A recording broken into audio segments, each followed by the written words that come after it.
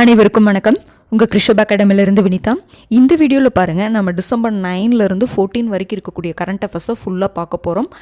ஒரு 32 இன்ஃபர்மேஷன்ஸ் தான் இருக்குது. ப்ரிலிமினரி பாயிண்ட் ஆஃப் வியூவில் நம்ம பார்க்க போகிறோம். புரிஞ்சுதுங்களா? இப்போ சப்போஸ் நீங்கள் மெயின்ஸுக்கும் கரண்ட் அஃபேர்ஸ் வேணும்னு நினச்சிங்க அப்படின்னா நமக்கு எல்லாத்துக்குமே தெரிஞ்சிருக்கும்னு நினைக்கிறேன். நமக்கு செப்ரேட்டாக வந்து கரண்ட் அஃபேர்ஸ்க்குன்னு சொல்லிட்டு தனியாக டெலிகிராம் சேனல் இருக்குங்க. ஜாயின் பண்ணாதவங்க டிஸ்கிரிப்ஷனில் லிங்க் கொடுக்குறோம், கிளிக் பண்ணி ஜாயின் பண்ணிக்கோங்க. அதில் பார்த்தீங்கன்னா உங்களுக்கு நீங்கள் ப்ரிலிம்ஸ் படிக்கிற மாதிரி இருந்தாலும் சரி, மெயின்ஸுக்கு சைட் பை சைடாக படிக்கிறவங்களா இருந்தாலுமே சரி, அந்த பேப்பர் கட்டிங்கை வந்து நம்ம கண்டிப்பாக படிக்கணும். ஓகேங்களா? நம்ம ஃபேக்ட்ஸை பொறுத்த வரைக்கும் ப்ரிலிம்ஸ் படிக்கும் பொழுது நம்ம என்ன பண்ணிக்கலாம்னா தெரிஞ்சு வச்சுக்கலாம். ஆனால் சில கான்செப்ட் வைஸ் ஆகட்டும், அதை பற்றி இன்னும் டீப்பான ஒரு நாலேஜ் தெரிஞ்சுக்க ஆகட்டும், நம்ம என்ன பண்ணணும்னா கண்டிப்பாக நம்ம பேப்பர் படிக்கணும். பேப்பர் படித்தா மட்டும்தான் நம்ம மெயின்ஸில் நம்மளால் என்ன பண்ண முடியும்னா நம்மளுடைய ரைட்டிங் ஸ்கில்ஸ் டெவலப் ஆகும், பேப்பர் படிக்கும் பொழுது மட்டும்தான். ஓகேங்களா? இப்போ மெயின்ஸ் படிக்கிறவங்க டெலிகிராம் சேனலில் ஜாயின் பண்ணிவிட்டு டெய்லி வரக்கூடிய அந்த நியூஸ் பேப்பர் கட்டிங்கை வந்து ரீட் பண்ணி வச்சுக்கோங்க. ஓகேங்களா? இப்போ பாருங்கள், ஃபர்ஸ்ட் ஒன் டிசம்பர் 9லேருந்து 14 வரைக்கும் இருக்கக்கூடிய இன்ஃபர்மேஷன்ஸ் ப்ரிலிம்ஸ் பாயிண்ட் ஆஃப் வியூவில் நம்ம ஃபுல்லாக பார்க்க போகிறோம். பாருங்கள், ஃபர்ஸ்ட் ஒன் வெம்பக்கோட்டை அகழாய்வு. இப்போ அகழாய்வுன்னு எடுத்துட்டோம்னாவே அதில் 3 இன்ஃபர்மேஷன்ஸை நம்ம பார்க்கணும். என்னென்னா, இப்போ ஒரு பகுதியில் அகழாய்வு நடக்குதுன்னா அந்த பகுதி எந்த மாவட்டத்தை சேர்ந்ததுன்னு பார்க்கணும். First one. ஓகேங்களா? அடுத்தது அங்கே என்ன பொருட்கள் கிடைச்சதுன்னு பார்க்கணும். தேர்டு பாயிண்ட் என்னன்னு பார்த்தீங்கன்னா, அந்த பொருட்கள்னால ஏதாவது ஒன்று சொல்லுவாங்க, ஒரு ஆதாரம் சொல்லுவாங்க. அதாவது இது இந்த நூற்றாண்டை சேர்ந்தது, இந்த பகுதியில் வந்து இந்த மக்கள்லாம் வாழ்ந்தாங்க அப்படிங்கிற மாதிரி என்ன சொல்லுவாங்கன்னா ஒரு ஆதாரத்தை வந்து நமக்கு கொடுப்பாங்க அந்த பொருட்களை வச்சு. அப்போ இந்த 3 இன்ஃபர்மேஷன் நம்ம தெரிஞ்சுக்கணும். ஓகேங்களா? பாருங்கள், ஃபஸ்ட்டு வெம்பக்கோட்டை அகழாய்வு. வெம்பக்கோட்டை அப்படிங்கிறது எந்த பகுதியை சேர்ந்ததுன்னு பார்த்தீங்கன்னா விருதுநகர் மாவட்டம். சில டைம்லாம் வந்து அந்த பகுதியை கொடுத்துட்டு அது எந்த மாவட்டம்னு கேட்குறாங்க, பார்த்துக்கோங்க. இது யூனிட் 8ல் வரக்கூடிய ஒரு இன்ஃபர்மேஷன். பாருங்கள், விருதுநகர் மாவட்டம்னு போட்டிருக்குங்க, மாவட்டம் சேஞ்ச் பண்ணிக்கோங்க, மாவட்டம் வெம்பக்கோட்டை, விருதுநகர் மாவட்டம் வெம்பக்கோட்டை விஜய கரிசல் குளத்தில் பைப்பாற்றங்கரையில் எத்தனையாவது கட்ட அகழாய்வு பணிகள்? இது ரொம்ப முக்கியம். ஓகேங்களா? 3ஆம் கட்ட அகழாய்வு பணிகள் வந்து இந்த பகுதியில் நடந்துகிட்ருக்கு. அப்போது இப்போ வந்து முக்கியமாக பார்த்திங்கன்னா நம்ம போன பட்ஜெட்லேயே வந்து பார்த்திங்கன்னா இந்த பகுதியில் வந்து இத்தனையாவது கட்ட அகழாய்வு பணிகள் மேற்கொள்ள போகிறோம் அப்படிங்கிற மாதிரி அறிவிச்சிருப்பாங்க. அப்போ ஒவ்வொரு பகுதியும் நியூஸ் பேப்பர் வரும் பொழுது நம்ம பார்க்கணும், இப்போ கீழடியில் எத்தனையாவது கட்ட அகழாய்வு பணிகள் போயிட்டுருக்கு அப்படிங்கிறதுல அந்த மாதிரி கொஷின்ஸ் கேட்பாங்க. இப்போ வெம்பக்கோட்டையில் பார்த்திங்கன்னா 3ஆம் கட்ட அகழாய்வு பணிகள் வந்து நடைபெற்றுட்ருக்கு. ஓகேங்களா?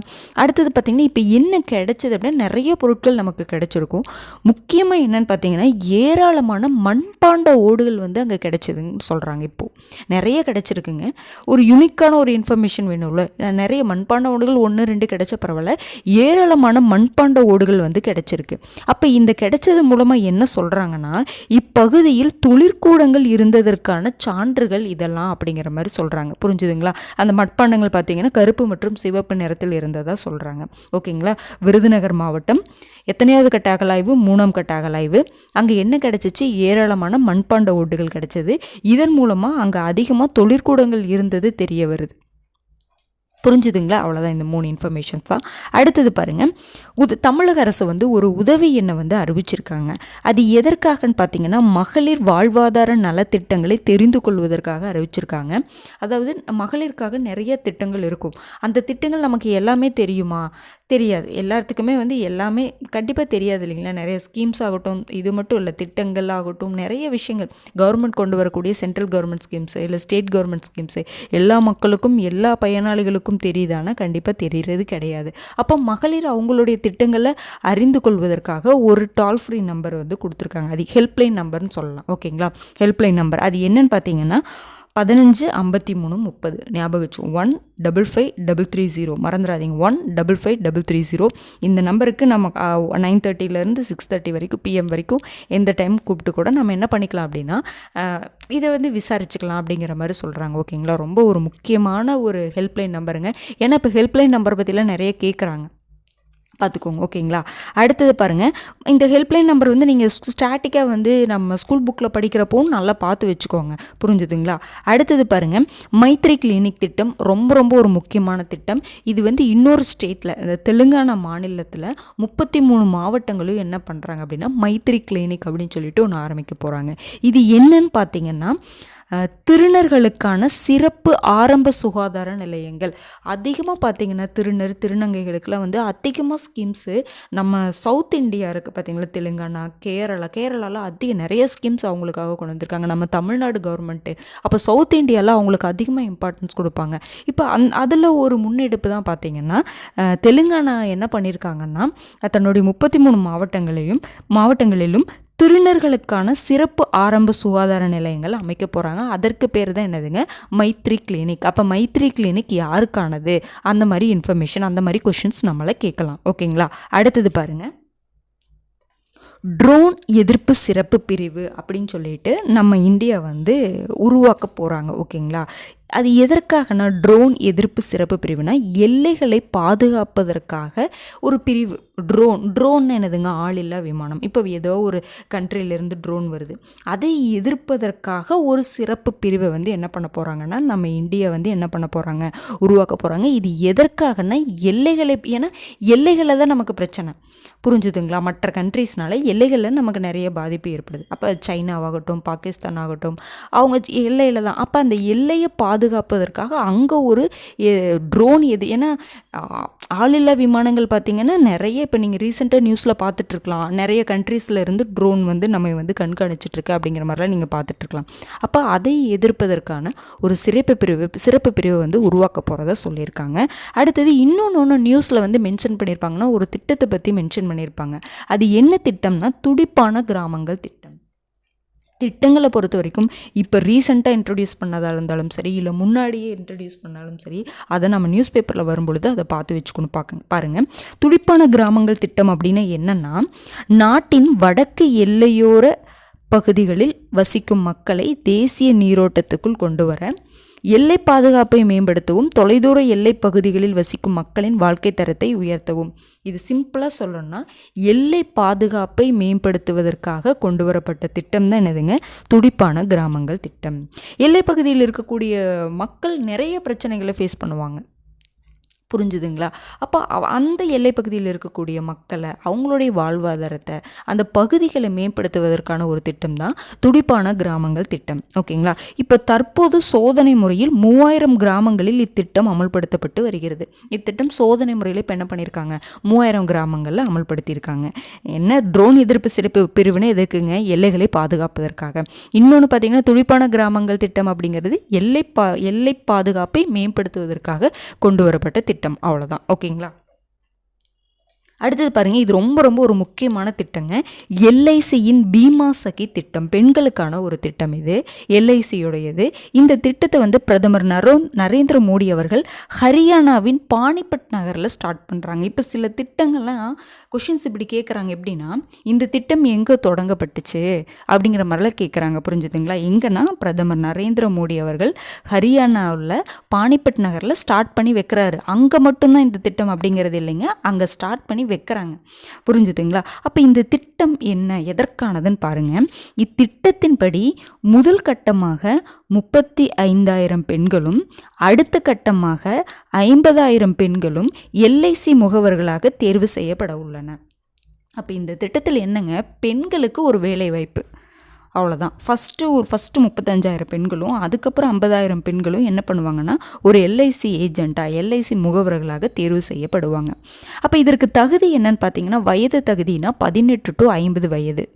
குறைந்தபட்சம் எவ்வளோங்க, 10ஆம் வகுப்பு வரை படித்திருந்தால் என்ன பண்ணலாம், நாம் விண்ணப்பிக்கலாம். இந்த கண்டிஷன்ஸ்லாம் பார்த்து வச்சுக்கோங்க, புரிஞ்சுதுங்களா. இது வந்து படிக்கிறதுக்காக மட்டும் இல்லாமல் நமக்கு பக்கத்தில் யாராவது தெரிஞ்சவங்க இருப்பாங்க, இந்த குவாலிஃபிகேஷனோட நிறைய பேர் இருப்பாங்க, வேலை இல்லாமல் இருப்பாங்க, அவங்களுக்கெல்லாம் நம்ம நீங்கள் சொல்லுங்கள். ஓகேங்களா.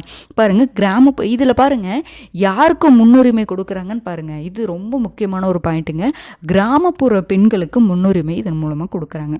அப்போ முகவர்கள் அதிகபட்சமாக ரூபாய் 21,000 வரை மாத வருவாய் ஈட்ட முடியும். ரொம்ப ஒரு முக்கியமான ஒரு ஸ்கீமுங்க, பார்த்துக்கோங்க. இது என்னங்க, 18 பெண்களுக்கான ஒரு திட்டம். பெண்களுக்கு வேலை வாய்ப்பு வழங்கக்கூடிய ஒரு திட்டம். எல்ஐசி முகவர்களாக எடுக்க போகிறாங்க. வயசு பார்த்திங்கன்னா 18 to 50, 10ஆம் வகுப்பு தேர்ச்சி பெற்றிருந்தால் போதும். கிராமப்புற பெண்களுக்கு முன்னுரிமை கொடுக்க போகிறாங்க. மாதம் பார்த்திங்கன்னா ஒரு 21,000 வரை என்ன பண்ணலாம் அப்படின்னா மாத வருவாய் ஈட்ட முடியும் அப்படிங்கிற மாதிரி சொல்கிறாங்க. ஓகேங்களா. அடுத்தது பாருங்கள், ஜார்ஜ் ஜேக்கப் கூவக்காடு. இவங்க யாருன்னு பார்த்தீங்கன்னா கேரளா மாநிலத்தை சேர்ந்த ஒரு பேராயர். இவங்க என்னவா அப்பாயின்மெண்ட் பண்ணியிருக்காங்கன்னு பாருங்கள். புனித ரோமன் கத்தோலிக்க திருச்சபை இருக்குது பார்த்திங்கன்னா, அந்த திருச்சபையோடைய உயர்நிலையான ஒரு போஸ்ட் என்னென்னா கர்தினாலாக கார்டினல்னு சொல்லுவாங்க. அந்த போஸ்ட்டுக்கு வந்து நியமிக்கப்பட்டிருக்காங்க. புரிஞ்சுதுங்களா? புனித ரோமன் கத்தோலிக்க திருச்சபையின் உயர்நிலையான கர்தினாலாக நியமிக்கப்பட்டுள்ளார். இந்த கர்தினால் பதவி இருக்குது பார்த்திங்களா, இந்த பதவி பாருங்கள், போப்பாண்டவர் தான் ஒரு எப்படி சொல்ல ஒரு பெரிய பதவி, எல்லாத்துக்குமே தெரியும் பார்த்திங்களா. அந்த போப்பாண்டவருக்கு அடுத்த நிலை தான் வந்து இந்த கர்தினால். அந்த கர்தினால் போஸ்ட்டுக்கு நம்ம கேரள மாநிலத்தை சேர்ந்த ஜார்ஜ் ஜேக்கப் கோவக்காடு அவங்க வந்து நியமிக்கப்பட்டிருக்காங்க. ஒரு பெருமைப்படக்கூடிய ஒரு விஷயம். ஓகேங்களா? பாருங்கள், இந்தியாவில் ஜார்ஜ் ஜேக்கப் உள்பட 6 பேராயர்கள் கர்தினாலாகி உள்ளனர். அதாவது இந்தியாவில் பார்த்திங்கன்னா ஜார்ஜ் ஜேக்கப் உள்பட அவங்களோட சேர்த்து ஒரு 6 பேர் கர்தினாலாகி இருக்காங்க. ஆனால் ஃபஸ்ட்டு டைம் ஒரு பாதிரியார் ஸ்டேஜில் இருந்த ஒருத்தங்க கர்தினாலாக இவங்க தான் நியமனம் பெற்றிருக்காங்க அப்படிங்கிற மாதிரி சொல்கிறாங்க. ரொம்ப ஒரு முக்கியமான ஒரு இன்ஃபர்மேஷனுங்க, பார்த்து வச்சுக்கோங்க. ஜார்ஜ் ஜேக்கப் கோவக்காடு இந்தியாவை சேர்ந்த ஒருத்தர் வந்து அந்த புனித ரோமன் கத்தோலிக்க திருச்சபையுடைய கர்தினாலாக நியமனம் பண்ணியிருக்காங்க. பார்த்துக்கோங்க. அடுத்தது பாருங்கள், சஞ்சய் மல்ஹோத்ரா. ரொம்ப ரொம்ப ஒரு முக்கியமான அப்பாயின்மெண்ட்டு பாருங்கள். இப்போ அப்பாயின்மெண்ட்டெல்லாம் வந்து கரண்ட் அஃபேர்ஸ்லேருந்து எடுத்துட்டாங்க அப்படிங்கிற மாதிரிலாம் பார்க்காதீங்க. ஏன்னா இது எக்கனாமிக்ஸில் கேட்கலாம். ஏன்னா எக்கனாமிக்ஸ்க்குள்ள நடப்பு நிகழ்வுகள் அப்படின்ட்டு இருக்குது. அப்போ அதெல்லாம் எக்கனாமிக்ஸ்குள்ளே வரலாம். பாருங்கள், இது வந்து இந்திய ரிசர்வ் வங்கியின் ஆளுநர் தானே. அப்போ அது எதில் வரலாம்? எக்கனாமிக்ஸில் வரலாம். இப்போ ஏதாவது மனித உரிமைகள் ஆணையம் அப்படின்னு வரும்போது தலைவர்னு கேட்டாங்கன்னா பாலேட்டியில் வரலாம்.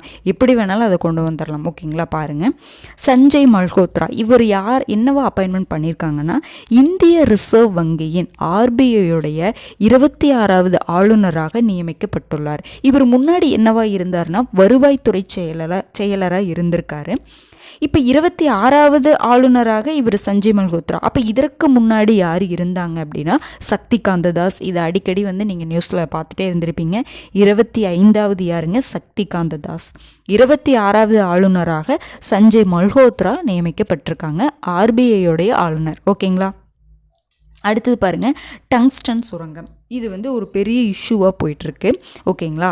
டங்ஸ்டன் சுரங்கம் அமைக்க அளித்த உரிமத்தை மத்திய அரசு ரத்து செய்ய வேண்டும் என்று வலியுறுத்தி தமிழக சட்டப்பேரவையில் தீர்மானம். தமிழக சட்டப்பேரவையில் ஒரு தீர்மானம் நிறைவேற்றியிருக்காங்க. என்ன தீர்மானம் அப்படின்னா, மதுரை மாவட்டம், மேலூர் வட்டம், அரிட்டாப்பட்டின்னு சொல்லுவாங்க. அந்த பிளேஸை வந்து மென்ஷன் பண்ணல, பார்த்துக்கோங்க. மேலூர் வட்டம், அரிட்டாப்பட்டி, நாயக்கர்பட்டி கிராமத்தில் ஹிந்துஸ்தான் ஜிங்க் நிறுவனத்துக்கு என்ன பண்ணியிருப்பாங்கன்னா, அங்கே அந்த பகுதியில், அந்த மதுரை மாவட்டம் சொன்ன பார்த்தீங்களா, அந்த பகுதியில் டங்ஸ்டன் சுரங்கம் அமைப்பதற்காக ஒரு உரிமத்தை மத்திய அரசு வந்து ஹிந்துஸ்தான் ஜிங்க் நிறுவனத்துக்கு கொடுத்துருப்பாங்க. ஓகேங்களா? அந்த உரிமத்தை ரத்து பண்ணணும் அப்படின்னு சொல்லிட்டு நம்ம தமிழக சட்டப்பேரவையில் என்ன பண்ணியிருக்காங்க? தீர்மானம் நிறைவேற்றியிருக்காங்க. எந்த பகுதின்னு பார்த்துக்கோங்க. மதுரை மாவட்டம், மேலூர் வட்டம், அரிட்டாப்பட்டி, இன்னொரு பிளேஸ் அரிட்டாப்பட்டி, நாயக்கர்பட்டி கிராமத்தில் ஹிந்துஸ்தான் ஜிங்க் நிறுவனம். அந்த நிறுவனம் என்ன நிறுவனம்னு பார்த்து வச்சுக்கோங்க. ஓகேங்களா? பாருங்கள், சரி, ஏன் இதை வந்து ரத்து பண்ணணும்? அப்படி ஏன் வந்து எல்லோரும் வந்து போராட்டம் பண்ணுறாங்க? இதுக்காக டங்ஸ்டன் சுரங்கம் அவங்க அமைக்கக்கூடாதுன்னு போராட்டம் பண்ணுறாங்கன்னா, இது வந்து ரொம்ப ஒரு முக்கியமான ஒரு பகுதி. இது ஒரு முக்கியமான பகுதின்னு கருதி தான் தமிழக அரசு என்ன பண்ணியிருப்பாங்கன்னா 2022 பல்லுயிர் பெருக்க தலமாக வந்து அறிவிச்சிருப்பாங்க. அப்படிப்பட்ட ஒரு பகுதியில் டங்ஸ்டன் சுரங்கம் அமைச்சா எவ்வளோ ஒரு பாதிப்பு ஏற்படும் அப்படிங்கிறக்காக என்ன பண்ணியிருப்பாங்கன்னா நிறைய போராட்டங்கள் நடக்குது, இஷ்யூ போயிட்டுருக்கு. பாருங்கள், அங்கே என்னென்ன இருக்குது பாருங்கள். குடைவரை கோயில்கள், சமண சின்னங்கள், தமிழ் பிராமி வட்டெழுத்துக்கள், பஞ்சபாண்டவர் படுகைகள் போன்ற பல வரலாற்று சின்னங்களை உள்ளடக்கிய அரிய வகை உயிரினங்களின் வாழ்வாதாரமாகவும் இருப்பதை கருத்தில் கொண்டு என்ன பண்ணியிருப்பாங்க? 2022 தமிழக அரசு பல்லுயிர் பெருக்க தலமாக என்ன பண்ணியிருப்பாங்க? அறிவிச்சிருப்பாங்க. அப்படிப்பட்ட ஒரு பகுதியிலே என்ன பண்ணாதீங்க, டங்ஸ்டன் சுரங்கம் அமைக்க வேண்டாம், இது ஹிந்துஸ்தான் ஜிங்க் நிறுவனத்துக்கு கொடுத்த உரிமத்தை ரத்து பண்ணுங்க அப்படின்னு சொல்லிட்டு என்ன தமிழக சட்டப்பேரவையில் என்ன பண்ணியிருக்காங்க? தீர்மானம் நிறைவேற்றியிருக்காங்க. அவ்வளோதான். ஓகேங்களா? அடுத்தது பாருங்கள், INS துசில். இது INS துசில் அப்படின்னு என்னதுன்னா, ரஷ்யாவில் இந்தியாவிற்காக தயாரிக்கப்பட்ட ஏவுகணைகளுடன் கூடிய போர்க்கப்பல். டிஃபென்ஸில் இது ரொம்ப ஒரு முக்கியமான ஒரு கொஷின். ஓகேங்களா? ரஷ்யாவில் இந்தியாவிற்காக தயாரிக்கப்பட்ட ஏவுகணைகளுடன் கூடிய போர்க்கப்பல் தான் INS துசில். இந்த கப்பல் இப்போ என்ன பண்ணியிருக்காங்க அப்படின்னா இந்திய கடற்படையில் என்ன பண்ணியிருக்காங்க? இணைக்கப்பட்டதுன்னு சொல்கிறாங்க. இப்போ பார்த்தீங்கன்னா பாருங்கள் 2016 இந்தியாவுக்கும் ரஷ்யாவுக்கும் ஒரு ஒப்பந்தம் என்னென்னா 4 போர்க்கப்பல்கள் இந்தியாவுக்காக ரஷ்யா வந்து தயாரிக்கணும் அப்படின்னு சொல்லிட்டு அதில் பார்த்திங்கன்னா 2 இந்தியாவில் தயாரிப்பதற்கும் 2 ரஷ்யாவில் தயாரிக்குவதற்கும் என்ன பண்ணியிருப்பாங்கன்னா முடிவு செஞ்சுருப்பாங்க. புரிஞ்சுதுங்களா? இதை பார்த்து வச்சுக்கோங்க. இந்த ஐஎன்எஸ் துஷில் அப்படிங்கிறது ரஷ்யாவுடையது. இது என்னென்னா 4 போர்க்கப்பல்கள் வந்து நமக்கு, அதாவது இந்தியாவும் ரஷ்யாவும் இணைந்து தான் தயாரிப்பாங்க. ஓகேங்களா? அவங்க ஏதாவது ஒரு உதவி, நிதியுதவி, தொழில்நுட்ப உதவி இந்த மாதிரி நமக்கு வந்து ரஷ்யா இதில் வந்து சப்போர்ட் பண்ணுவாங்க. புரிஞ்சுதுங்களா? அப்போ அந்த மாதிரி இந்தியாவும் ரஷ்யாவும் இணைந்து இந்தியாவிற்காக 4 போர்க்கப்பல்களை வந்து தயாரிக்கணும் அப்படின்னு சொல்லிட்டு 2016 என்ன பண்ணுறாங்க, ஒப்பந்தம் போடுறாங்க. புரிஞ்சுதுங்களா? அதில் தான் ஒன்று பார்த்தீங்கன்னா இந்த ஐஎன்எஸ் துஷில். அது என்ன பண்ணியிருக்காங்க, இப்போ ரீசெண்டாக கடற்படையில் இணைச்சிருக்காங்க. ஓகேங்களா? ஐஎன்எஸ் துஷில்னா எந்த 2 நாடுகளுக்கு இடையிலான ஒப்பந்தம், இந்தியா வந்து எந்த நாட்டோட ஒப்பந்தம் போட்டு இந்த ஐஎன்எஸ் துஷிலை வந்து தயாரித்தாங்க அப்படிங்கிற மாதிரி கொஷின்ஸ் கேட்டாங்க அப்படின்னா ரஷ்யா கூட. ஓகேங்களா? அடுத்து பாருங்கள், December 10 இதெல்லாம் போன குரூப் 4 கூட கேட்டாங்கன்னு நினைக்கிறேன் இந்த கொஷின். ஓகேங்களா? December 10 சர்வதேச மனித உரிமைகள் நாள். இந்த 2024 கருப்பொருள், இதனுடைய தீம் என்ன தீமாக வச்சு இது அனுசரிக்கப்பட்டிருக்குன்னு பார்த்தீங்கன்னா, நமது உரிமை நமது எதிர்காலம் இப்போது, நமது உரிமை நமது எதிர்காலம் இப்போது அப்படிங்கிற தீமில் 2024 சர்வதேச மனித உரிமைகள் நாள் வந்து கொண்டாடப்பட்டது. இந்த தீமை யார் வச்சுருப்பாங்க அப்படின்னா ஐக்கிய நாடுகள் சபை. புரிஞ்சுதுங்களா? அடுத்தது பாருங்கள், பான் 2.0 மைல்கல் திட்டம். ஓகேங்களா? நமக்கு தெரியும் பேன் கார்டு வந்து பெர்மனண்ட் அக்கௌண்ட் நம்பர்னு சொல்கிறோம் பார்த்தீங்களா. 1972 நிரந்தர கணக்கு எண் அறிமுகப்படுத்தப்பட்டது. பேன் அப்படிங்கிறதே வந்து 1972 அறிமுகப்படுத்தப்பட்டது. அறிமுகப்படுத்தும் பொழுது பெருசாக எதுவுமே இல்லை. அப்போல்லாம் வந்து டேக்ஸுக்காக அதுக்காக நம்ம யூஸ் பண்ணிகிட்டு இருந்தோம். இப்போ எதாக இருந்தாலுமே, இப்போ ஒரு பேங்க்கில் அக்கௌண்ட் ஓப்பன் பண்ணணும்னா பேன் கார்டு இல்லாமல் நம்ம என்ன பண்ண முடியாது, ஓப்பன் பண்ண முடியாது. அந்தளவுக்கு இப்போ வந்து என்ன ஆயிடுச்சு அப்படின்னா டெவலப் ஆகிட்டு வந்துருச்சு. ஆனாலுமே இப்போ வந்து இது என்ன பண்ணுறாங்கன்னா புதுசாக இதில் வந்து என்ன பண்ணுறாங்க, மேம்படுத்துகிறாங்க. இந்த பேன் கார்டை இன்னும் மேம்படுத்துகிறாங்க. அவ்வளோதான், டிஜிட்டலைஸ் பண்ண போகிறாங்க இன்னுமே. ஓகேங்களா? முன்னாடியே டிஜிட்டலைஸ், இன்னும் வந்து மேம்படுத்த போகிறாங்க, நவீனமயமாக்க போகிறாங்க. அதுதான் பேன் 2.0. ஓகேங்களா? பாருங்கள், மேம்பட்ட மின் ஆளுமை மூலம் வரிதாரர்களின் பதிவை நவீனமயமாக்குதல், தடையற்ற டிஜிட்டல் அனுபவங்களை வழங்குதல், நிர்வகித்தல், செயல்முறையை மேம்படுத்தல். இதுதான் நோக்கம். ஓகே, இதுதான் அவங்களுடைய நோக்கம். ஓகேங்களா? இன்னும் அதிகமாக டிஜிட்டலைஸ் பண்ண போகிறாங்க, இன்னும் மாடர்னைஸ் பண்ண போகிறாங்க. அவ்வளோதான். சரிங்களா? பாருங்கள், பான் தரவு தளத்திலிருந்து சமீபத்திய தரவை காண்பிக்கும் டைனமிக் QR குறியீட்டுடன் மேம்படுத்தப்படும். ஓகேங்களா? ஏற்கனவே QR குறியீடு இருந்திருக்கும், இது இன்னும் என்ன பண்ணுறாங்க, டைனமிக் QR குறியீட்டுடன் மேம்படுத்த போகிறாங்க. ஓகேங்களா? பேன் தொடர்பான சேவைகள் தற்போது, முன்னாடிலாம் பார்த்தீங்கன்னா இப்போ எப்படி இருக்குன்னா, பேன் தொடர்பான சேவைகள் 3 போர்ட்டல் இருக்குது. இ-ஃபைலிங் போர்ட்டல், UTIITSL போர்ட்டல், புரோட்டீன் அரசு போர்ட்டல்னு சொல்லிட்டு 3 தளங்களாக இருந்திருக்கு. இப்போ என்ன பண்ண போகிறாங்கன்னா, இந்த பேன் 2.0 திட்டத்தில் இது பேன் தொடர்பான சேவைகள் எல்லாத்தையுமே வருமான வரித்துறையின் ஒரே போர்ட்டலில் என்ன பண்ண போகிறாங்க, ஒருங்கிணைக்க போகிறாங்க. ஓகேங்களா? இது நீங்கள் ஜஸ்ட்டு தெரிஞ்சுக்கிட்டா போதும். 1972 நிரந்தர கணக்கு எண் அப்படிங்கிறத ஒன்று கொண்டு வந்திருப்பாங்க. புரிஞ்சுதுங்களா? இப்போ இந்த பேன் 2.0 இது மூலமாக என்ன பண்ண போகிறாங்க அப்படின்னா மேம்படுத்த போகிறாங்க. அவ்வளோதான். ஓகேங்களா? அடுத்தது பாருங்கள், ரொம்ப ஒரு முக்கியமான ஒரு திட்டம், ஒரே நாடு ஒரே சந்தா திட்டம், ஒன் நேஷன் ஒன் சப்ஸ்கிரிப்ஷன். ஓகேங்களா? இது என்னன்னு பார்த்தீங்கன்னா, இப்போ ஆராய்ச்சி, இது இப்போ யூனிவர்சிட்டிஸு இல்லை காலேஜஸ்ஸு, ஓகேங்களா, இந்த ஆராய்ச்சி இதழ்கள் ஆய்வுகளில் வெளியிடுவாங்க பார்த்தீங்களா, அதை வந்து எல்லாருமே ஆக்சஸ் பண்ணிக்கிற மாதிரி ஒரு ஸ்கீம் தான் இது. புரிஞ்சுதுங்களா? முன்னாடியில் வந்து ஒரு சில கண்டிஷன்ஸ்லாம் இருக்கும், அதை வந்து எடுக்கிறதுக்கு, அதை வாங்கிறதுக்கு ரொம்ப போராட வேண்டியதாக இருக்கும். இப்போ என்ன பண்ணலான்னா ஈஸியாக நம்ம என்ன பண்ணிக்கலாம்னா ஆக்சஸ் பண்ணிக்கலாம். புரிஞ்சுதுங்களா? ஒருத்தர் யாராவது ஆராய்ச்சி இதழ்களில் வெளியிட்டிருப்பாங்க, ஆய்வு இதழ்கள்லாம் முன்னாடியே பண்ணியிருப்பாங்க பார்த்தீங்களா. அப்போ என்ன பண்ணலாம் அப்படின்னா அதையே நாம் வாங்கி ரெஃபர் பண்ணி இன்னும் அதிகமாக ஆராய்ச்சியில் ஈடுபடலாம் பார்த்தீங்களா. அதற்காக தான் இந்த ஒரே நாடு ஒரே சந்தா திட்டம் முன்னாடியே இருந்துச்சு. ஆனால் அது எல்லாருமே ஆக்சஸ் பண்ணிக்க முடியாது. புரிஞ்சுதுங்களா? ஆனால் இப்போ எல்லாருமே பண்ணிக்க முடியும் அப்படிங்கிறதுக்காக கொண்டு வந்திருக்காங்க பாருங்கள். ஆராய்ச்சி இதழ்கள் ஆய்வு வெளியீடுகளை மாணவர்கள் எளிமையாக அணுகும் சூழல் வந்து இந்த திட்டம் உருவாக்கி கொடுக்க போகுது பாருங்கள். 2020 உலக அளவில் அதிக ஆராய்ச்சி இதழ்களை வெளியிடும் நாடுகளின் பட்டியலில் இந்தியா வந்து 3rd பிளேஸில் இருந்தாங்க. 2020 வந்து நம்ம அதிகமாக ஆராய்ச்சி இதழ்களை வெளியிட்டிருக்கோம். அதில் பார்த்திங்கன்னா 3rd பிளேஸில் இருந்திருக்கோம். இப்போது இந்த திட்டத்தின் மூலமாக இன்னும் நம்ம அதிகமாக என்ன பண்ணலாம் அப்படின்னா ஆராய்ச்சி இதழ்களை வெளியிடுவதற்கான சூழல் இந்த திட்டம் ஏற்படுத்தி கொடுக்கும் அப்படிங்கிற மாதிரி சொல்லியிருப்பாங்க. ஓகேங்களா?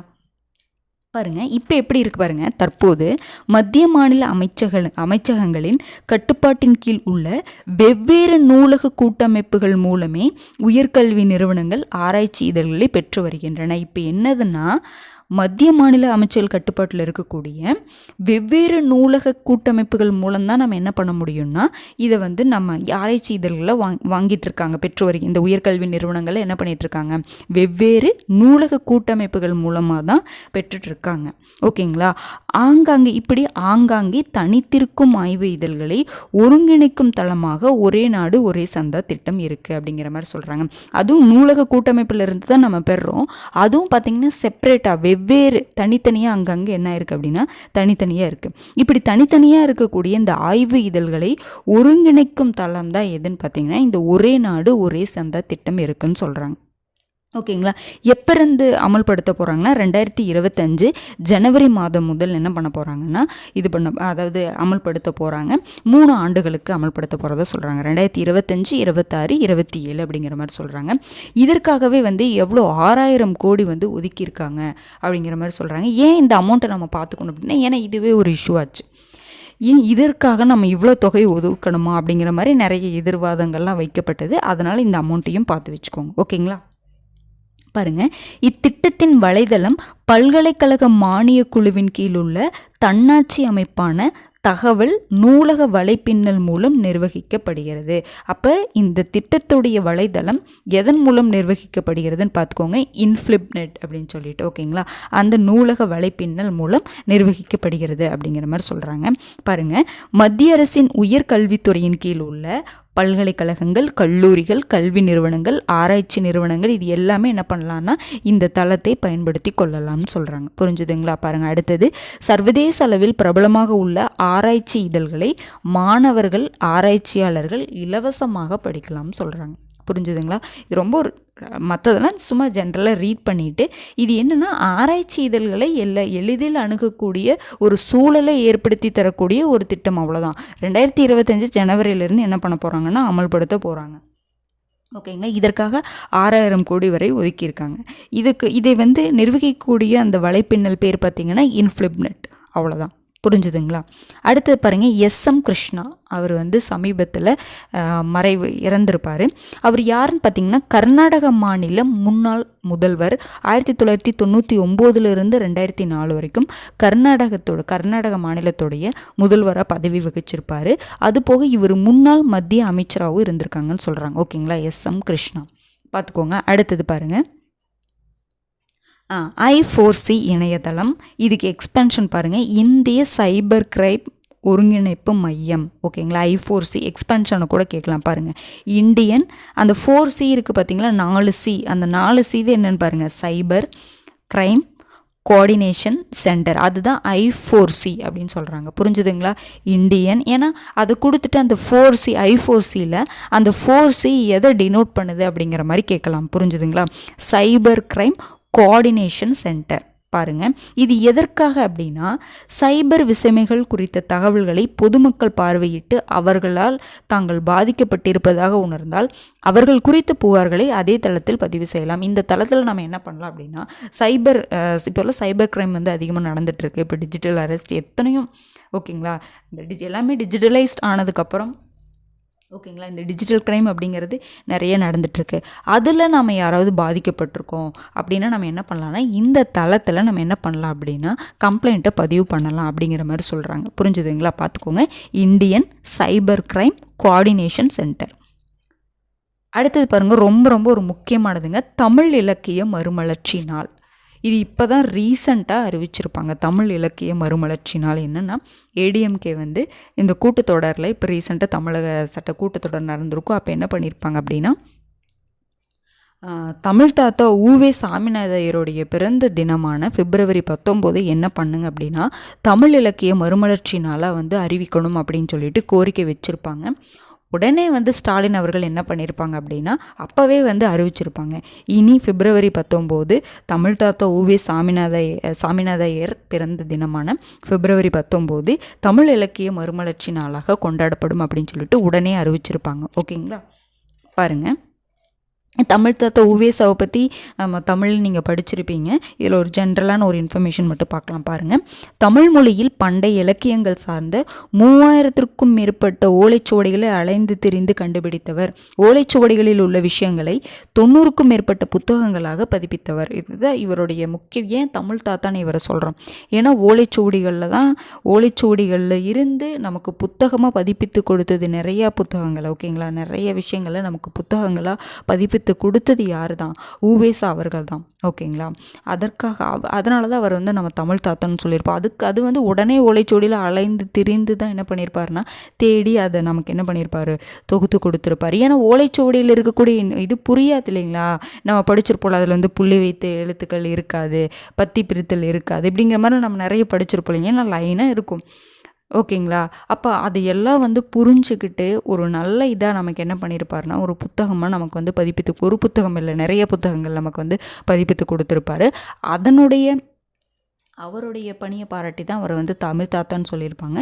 இப்போ இன்னொன்றும் அவருடைய பிறந்த தினம் இனிமேல் வந்து தமிழ் இலக்கிய மறுமலர்ச்சினால் கொண்டாடப்படும். ஓகேங்களா, அது போக அதிமுக ஆட்சியில் பார்த்தீங்கன்னா அவர் பெயரில் விருதுகள் அறிவிக்கப்பட்டது. 2012 டைமில் அவர் பெயரில் விருதுகளும் என்ன பண்ணியிருக்காங்கன்னா அறிவிச்சிருக்காங்க. ஓகேங்களா, அடுத்தது பாருங்கள், மூளையின் முப்பரிமாண படங்கள். அதாவது மூளையுடைய அந்த 3D இமேஜ் பார்த்திங்களா, அதை வந்து என்ன பண்ணியிருக்காங்க அப்படின்னா சென்னை ஐஐடி வந்து அந்த முப்பரிமாண படம் மூளை ஃபுல்லாகவே, ஓகேங்களா, அது என்னென்ன இருக்குது அப்படிங்கிறது ஃபுல்லாகவே வந்து ஒரு முப்பரிமாண படங்களாக வந்து வெளியிட்டிருக்காங்க. பாருங்கள், உலகிலேயே ஃபஸ்ட்டு டைம் இந்த மாதிரி ஒரு முப்பரிமாண படத்தை, மூளையுடைய அந்த முப்பரிமாண படங்களை வெளியிட்டது இதுதான் ஃபஸ்ட்டு டைம். உலகிலேயே முதல் முறையாக அதிநவீன முறையில் மூளையின் 5132 செல் பிரிவுகளை அதில் இருக்கக்கூடிய 5132 செல் பிரிவுகளை அதையும் எப்படி பாருங்கள், துல்லியமாக கண்டறியும் முப்பரிமாண படங்களை சென்னை ஐஐடி என்ன பண்ணியிருக்காங்க, வெளியிட்டிருக்காங்க. புரிஞ்சுதுங்களா? ஃபுல்லாக அதன் மூலமாக நம்ம தெரிஞ்சுக்கலாம். புரிஞ்சுதுங்களா? உள்ளே இருக்கக்கூடிய எல்லா அந்த செல் ஒவ்வொரு விஷயத்தையுமே துல்லியமாக நம்ம என்ன பண்ணலாம்னா கண்டறியக்கூடிய வகையிலான படங்களை வந்து வெளியிட்டிருக்காங்க. இது ரொம்ப மெடிக்கல் ஃபீல்டில் இது ரொம்ப யூஸ்ஃபுல்லாக இருக்கலாம். புரிஞ்சுதுங்களா? பாருங்கள், அமெரிக்கா போன்ற வளர்ந்த நாடுகள் மனித மொழியின் பாதி பகுதியைத்தான் இதுவரை படமாக எடுத்து வெளியிட்டுள்ளன. பாருங்கள், அமெரிக்கா கூட இதுவரைக்கும் பாதி மூளையை தான் வந்து இந்த மாதிரி படமாக எடுத்து வெளியிட்டிருக்காங்க. உலகிலேயே முதல் முறையாக முப்பரிமாண தொழில்நுட்பத்தில் எண்ம முறையில் இந்த படங்களை சென்னை ஐஐடி என்ன பண்ணியிருக்காங்க, ஆவணப்படுத்தியிருக்காங்க. புரிஞ்சுதுங்களா? ரொம்ப ஒரு முக்கியமான ஒரு இன்ஃபர்மேஷன் தான், பார்த்துக்கோங்க. அடுத்தது பாருங்கள், குடியரசு துணைத் தலைவர் பதவி நீக்க நடைமுறை. இது என்னென்னா இது ஒரு ஸ்டாட்டிக் பாட்டு தான், ஆனால் இது வந்து கரண்ட்டாக நடந்த ஒரு விஷயம். என்னென்னா நம்ம குடியரசு துணைத் தலைவர் இப்போ யாராக இருக்காங்க, ஜக்தீப் தன்கர் வந்து குடியரசு துணைத் தலைவராக இருக்கார். அவர் தான் என்னது மாநிலங்களவையுடைய தலைவர் தான் குடியரசு துணைத் தலைவர் நம்ம சொல்லுவோம். ஓகேங்களா, அப்போது என்னாச்சுன்னா ஒரு சில இஷ்யூனால் எதிர்கட்சிகள் எல்லாமே சேர்ந்து என்ன பண்ணியிருப்பாங்கன்னா இவரை பதவி நீக்கணும் அப்படின்னு சொல்லிட்டு என்ன பண்ணியிருப்பாங்கன்னா கோரிக்கை வச்சுருப்பாங்க. இப்போ அதற்கு குடியரசு துணைத் தலைவரை பதவி நீக்கணும்னா என்னென்னலாம், எவ்வளோ எம்பிக்களுடைய ஆதரவு தேவை, என்னென்ன ஸ்டெப்ஸ் எல்லாம் ஃபாலோ பண்ணணும் அப்படிங்கிறத ஜஸ்ட்டு நீங்கள் பார்த்து வச்சுக்கோங்க. ஓகேங்களா, பாருங்கள். அப்போ குடியரசு துணைத் தலைவர் பதவி நீக்க நடைமுறையை சொல்லக்கூடிய ஆர்டிக்கல் என்னன்னு பார்த்தீங்கன்னா 67B. ஓகேங்களா, 67B தான் என்னதுங்க, குடியரசு துணைத் தலைவருடைய பதவி நீக்க நடைமுறையை சொல்லக்கூடிய ஆர்டிக்கல். அடுத்தது பாருங்கள், மாநிலங்களவை இப்போ என்ன பண்ணணும், என்னென்ன ஸ்டெப்ஸ் எல்லாம் எடுக்கணும் அப்படின்னு பாருங்கள். மாநிலங்களவை மற்றும் மக்களவையில் பெரும்பான்மை உறுப்பினர்களின் ஆதரவுடன் நிறைவேற்றப்படும் தீர்மானத்தின் மூலம் குடியரசு துணைத் தலைவரை பதவி நீக்க முடியும். அப்போ அவர் பதவி நீக்கணும்னா அவர் மாநிலங்களவையுடைய தலைவர். அப்போ ஃபஸ்ட்டு என்ன பண்ணுவாங்க, மாநிலங்களவையில் என்ன பண்ணுவாங்க, தீர்மானம், அதாவது பெரும்பான்மை உறுப்பினர்களுடைய ஆதரவு இருக்கணும். அவர் பதவி நீக்கணும் அப்படிங்கிறதுக்கு பெரும்பான்மை உறுப்பினர்களுடைய ஆதரவு இருக்கணும். அதற்கடுத்தது என்ன போகணும், மக்களவையில் அந்த மாதிரி உறுப்பினர்களுடைய ஆதரவு இருக்கணும். அதற்கப்புறம் என்ன பண்ணுவாங்க அப்படின்னா அவரை வந்து பதவி நீக்கம் பண்ணுவாங்க. ஓகேங்களா. ஆனால் பெரும்பான்மை உறுப்பினர்களுடைய ஆதரவு இது வரைக்கும் குடியரசு துணைத் தலைவர் அப்படிங்கிற ஒரு போஸ்ட்டை யாருமே பதவி நீக்கம் பண்ணதே கிடையாது. பதவி நீக்கம் பண்ண முடியாது. ஏன் அப்படின்னா பெரும்பான்மை உறுப்பினர்களுடைய ஆதரவு இருக்காது. அதுதான் ஒரு ரீசன் பாருங்கள். இதற்காக குறைந்தபட்சம் 14 நாட்களுக்கு முன்னர் நோட்டீஸ் அளிக்க வேண்டும். அப்போ இவர் பதவி நீக்கம் பண்ணணும் அப்படின்னா அந்த தீர்மானத்தை கொண்டு வரணும் அப்படின்னா 14 நாட்களுக்கு முன்னாடியே என்ன பண்ணிடணும், அவருக்கு நோட்டீஸ் கொடுக்கணும். அடுத்து பாருங்கள், அந்த தீர்மானம் கொண்டு வரணும்னாவே இவருங்க அந்த தீர்மானம் சக்ஸஸ் ஆகணும் அப்படிங்கிறதுக்கு ஃபஸ்ட்டு கொண்டு வரணும். பார்த்தீங்களா, இவங்களை நாங்கள் பதவி நீக்கம் பண்ணுறதுக்காக நாங்கள் சப்போர்ட் பண்ணுறோம் அப்படின்னு சொல்லணும். பார்த்தீங்களா, அந்த தீர்மானத்தை கொண்டு வரக்கே குறைந்தபட்சம் எத்தனை எம்பிக்களுடைய ஆதரவு தேவைன்னா 50 எம்பிக்களின் ஆதரவு தேவை.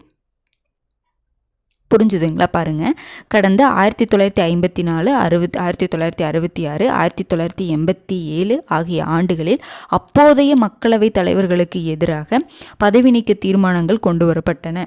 இதில் 2 தீர்மானங்கள் தோற்கடிக்கப்பட்டன. குறைந்தபட்சம் 50 எம்பிக்கள் ஆதரவு இல்லாததால் ஒரு தீர்மானம் நிராகரிக்கப்பட்டது. இப்போ பார்த்தீங்கன்னா மக்களவைத் தலைவரை பற்றி சொல்கிறாங்க. அதாவது மாநிலங்களவையுடைய அந்த குடியரசு துணைத் தலைவரை எப்படி பதவி நீக்கம் பண்ணணும். குடியரசு துணைத் தலைவர்னால் யாருங்க, மாநிலங்களவையுடைய தலைவர் தான் குடியரசு துணைத் தலைவர். புரிஞ்சுதுங்களா. அப்போ இதே மாதிரி மக்களவை துணைத் தலைவருக்கு பதவி நீக்க நடைமுறை இருக்கும். பார்த்தீங்களா, இது ரெண்டுமே ஒன்று தான். மாநிலங்களவை துணைத் தலைவர் பதவி நீக்கம் சரி, மக்களவையுடைய மக்களவை தலைவர் இருப்பார் பார்த்தீங்களா, அவங்களுடைய பதவி நீக்கமும் சரி ஒரே மாதிரி தான் இருக்கும். மாநிலங்களவையுடைய தலைவர் யாருங்க, குடியரசு துணைத் தலைவர் தான் யாருங்க, மாநிலங்களவையுடைய தலைவராக இருப்பாங்க. புரிஞ்சுதுங்களா. மக்களவைக்கு ஒரு தலைவர் இருப்பாங்க பார்த்தீங்களா. அப்போ மக்களவை தலைவராக இருந்தாலும் சரி, மாநிலங்களவையுடைய தலைவராக இருந்தாலும் சரி, 2 பேர்த்துக்கு பதவி நீக்க நடைமுறைன்னு இருக்கும். பார்த்தீங்களா, ரெண்டுமே ஒன்று தான்.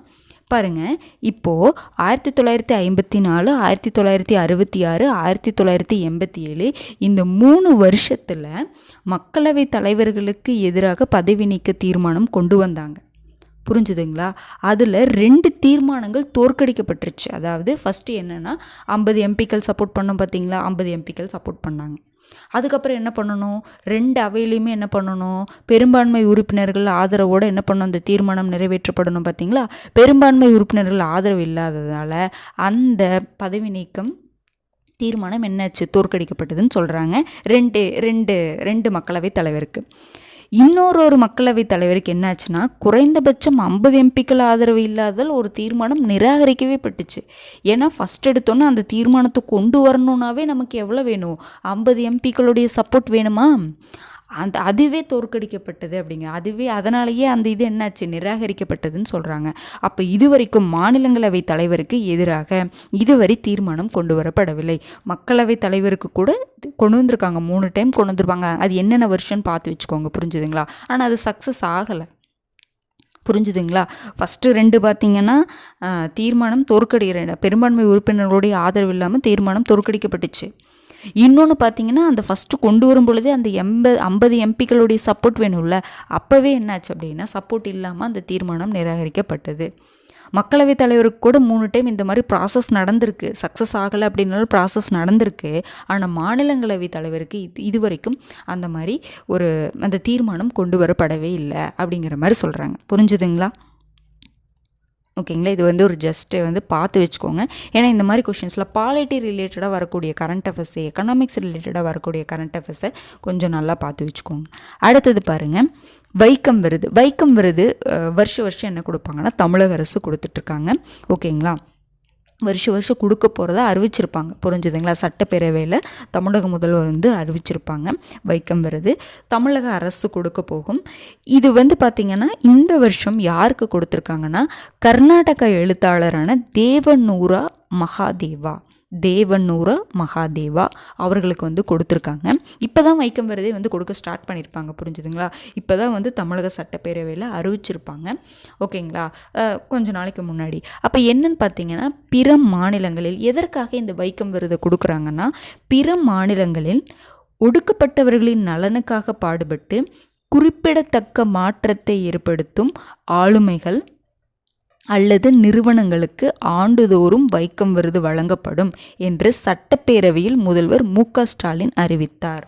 அதாவது பிற மாநிலங்களில் யாருக்காக, ஒடுக்கப்பட்டவர்கள் நலனுக்காக பாடுபடக்கூடிய, ஓகேங்களா, ஆளுமைகள் அல்லது நிறுவனங்களுக்கு இந்த விருது வழங்கப்படும், ஓகேங்களா, அப்படின்னு சொல்லிட்டு அறிவிச்சிருப்பாங்க.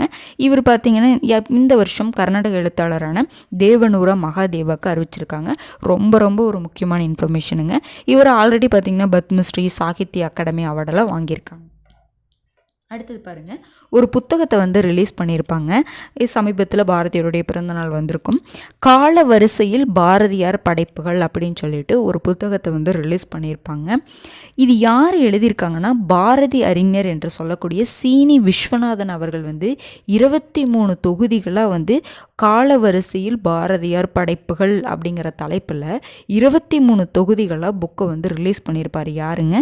சீனி விஸ்வநாதன். இது எந்த பதிப்பகம் ரிலீஸ் பண்ணுறேன்னா, அலையன்ஸ் பதிப்பகம். எழுதுனது சீனி விஸ்வநாதன், மறந்துடாதீங்க, ரொம்ப ஒரு முக்கியமானது. அடுத்தது பாருங்கள், 2024க்கான தேசிய பஞ்சாயத்து விருதுகள் வந்து கொடுத்துருப்பாங்க. எல்லா ஸ்டேட்லேயும் நிறைய பிரிவுகளுக்கு நிறைய ஸ்டேட்ஸில் இருக்கக்கூடிய ஊராட்சி, நகராட்சி அவங்களாம் அவார்டு வாங்கியிருப்பாங்க. இதில் நம்ம தமிழ்நாட்டில் இருக்கக்கூடிய பகுதி 2 பகுதிகள் வந்து 2 ஊராட்சி வந்து தேசிய பஞ்சாயத்து விருதுகள் வாங்கியிருப்பாங்க. அது எந்தெந்த பகுதின்னு பாருங்கள். ஒன்று கீரணத்தம் ஊராட்சி, இன்னொன்று வரகனூர் ஊராட்சி. பாருங்கள், கீரணத்தம் ஊராட்சி எங்கே இருக்குன்னா, கோவை SS குளத்தில் அங்கே இருக்கக்கூடிய ஒரு ஊராட்சி தான். இந்த ஊராட்சி பார்த்திங்கன்னா, கிராமத்தில் தன்னிறைவான உள்கட்டமைப்பு அப்படிங்கிற பிரிவில் தேசிய அளவில் ஃபஸ்ட்டு ப்ரைஸ் வாங்குறாங்க, ஓகேங்களா. கிராமத்தில் தன்னிறைவான உள்கட்டமைப்பு அப்படிங்கிற பிரிவில் தேசிய அளவில் ஃபஸ்ட் ப்ரைஸும். அடுத்தது பாருங்கள், வரகனூர் ஊராட்சி வந்து எங்கே இருக்குன்னா, தென்காசியில் இருக்கக்கூடிய ஒரு ஊராட்சி. மகளிர் நேயம் என்கிற கருப்பொருளில் தேசிய அளவில் எத்தனையாவது பரிசுங்க? 3வது பரிசு வாங்குறாங்க, ஓகேங்களா. மகளிர் நேயம்னா பெண்களுக்காக, அவங்க பெண்கள் முன்னேற்றத்துக்காக அவங்க என்ன பண்ணியிருப்பாங்கன்னா முயற்சி பண்ணியிருப்பாங்க. அப்போ அதற்காக மகளிர் நேயம் அப்படிங்கிற பிரிவில் தேசிய அளவில் 3வது பரிசு வரகனூர் ஊராட்சி. சில டைம் இந்த ஊராட்சி கொடுத்துட்டு அது என்ன டிஸ்ட்ரிக்ட்னு கூட கேட்டலாம், பார்த்துக்கோங்க. அடுத்து பாருங்கள், நீலகிரி வரையாடு ரொம்ப ரொம்ப ஒரு முக்கியமான ஒரு திட்டம். பாருங்கள், அதாவது திட்டம் அப்படிங்கிறத விட நீலகிரி வரையாடு அப்படிங்கிறது நம்முடைய தமிழ்நாட்டுடைய மாநில விலங்கு. பாருங்கள், தமிழ்நாடு மாநில விலங்கு இது.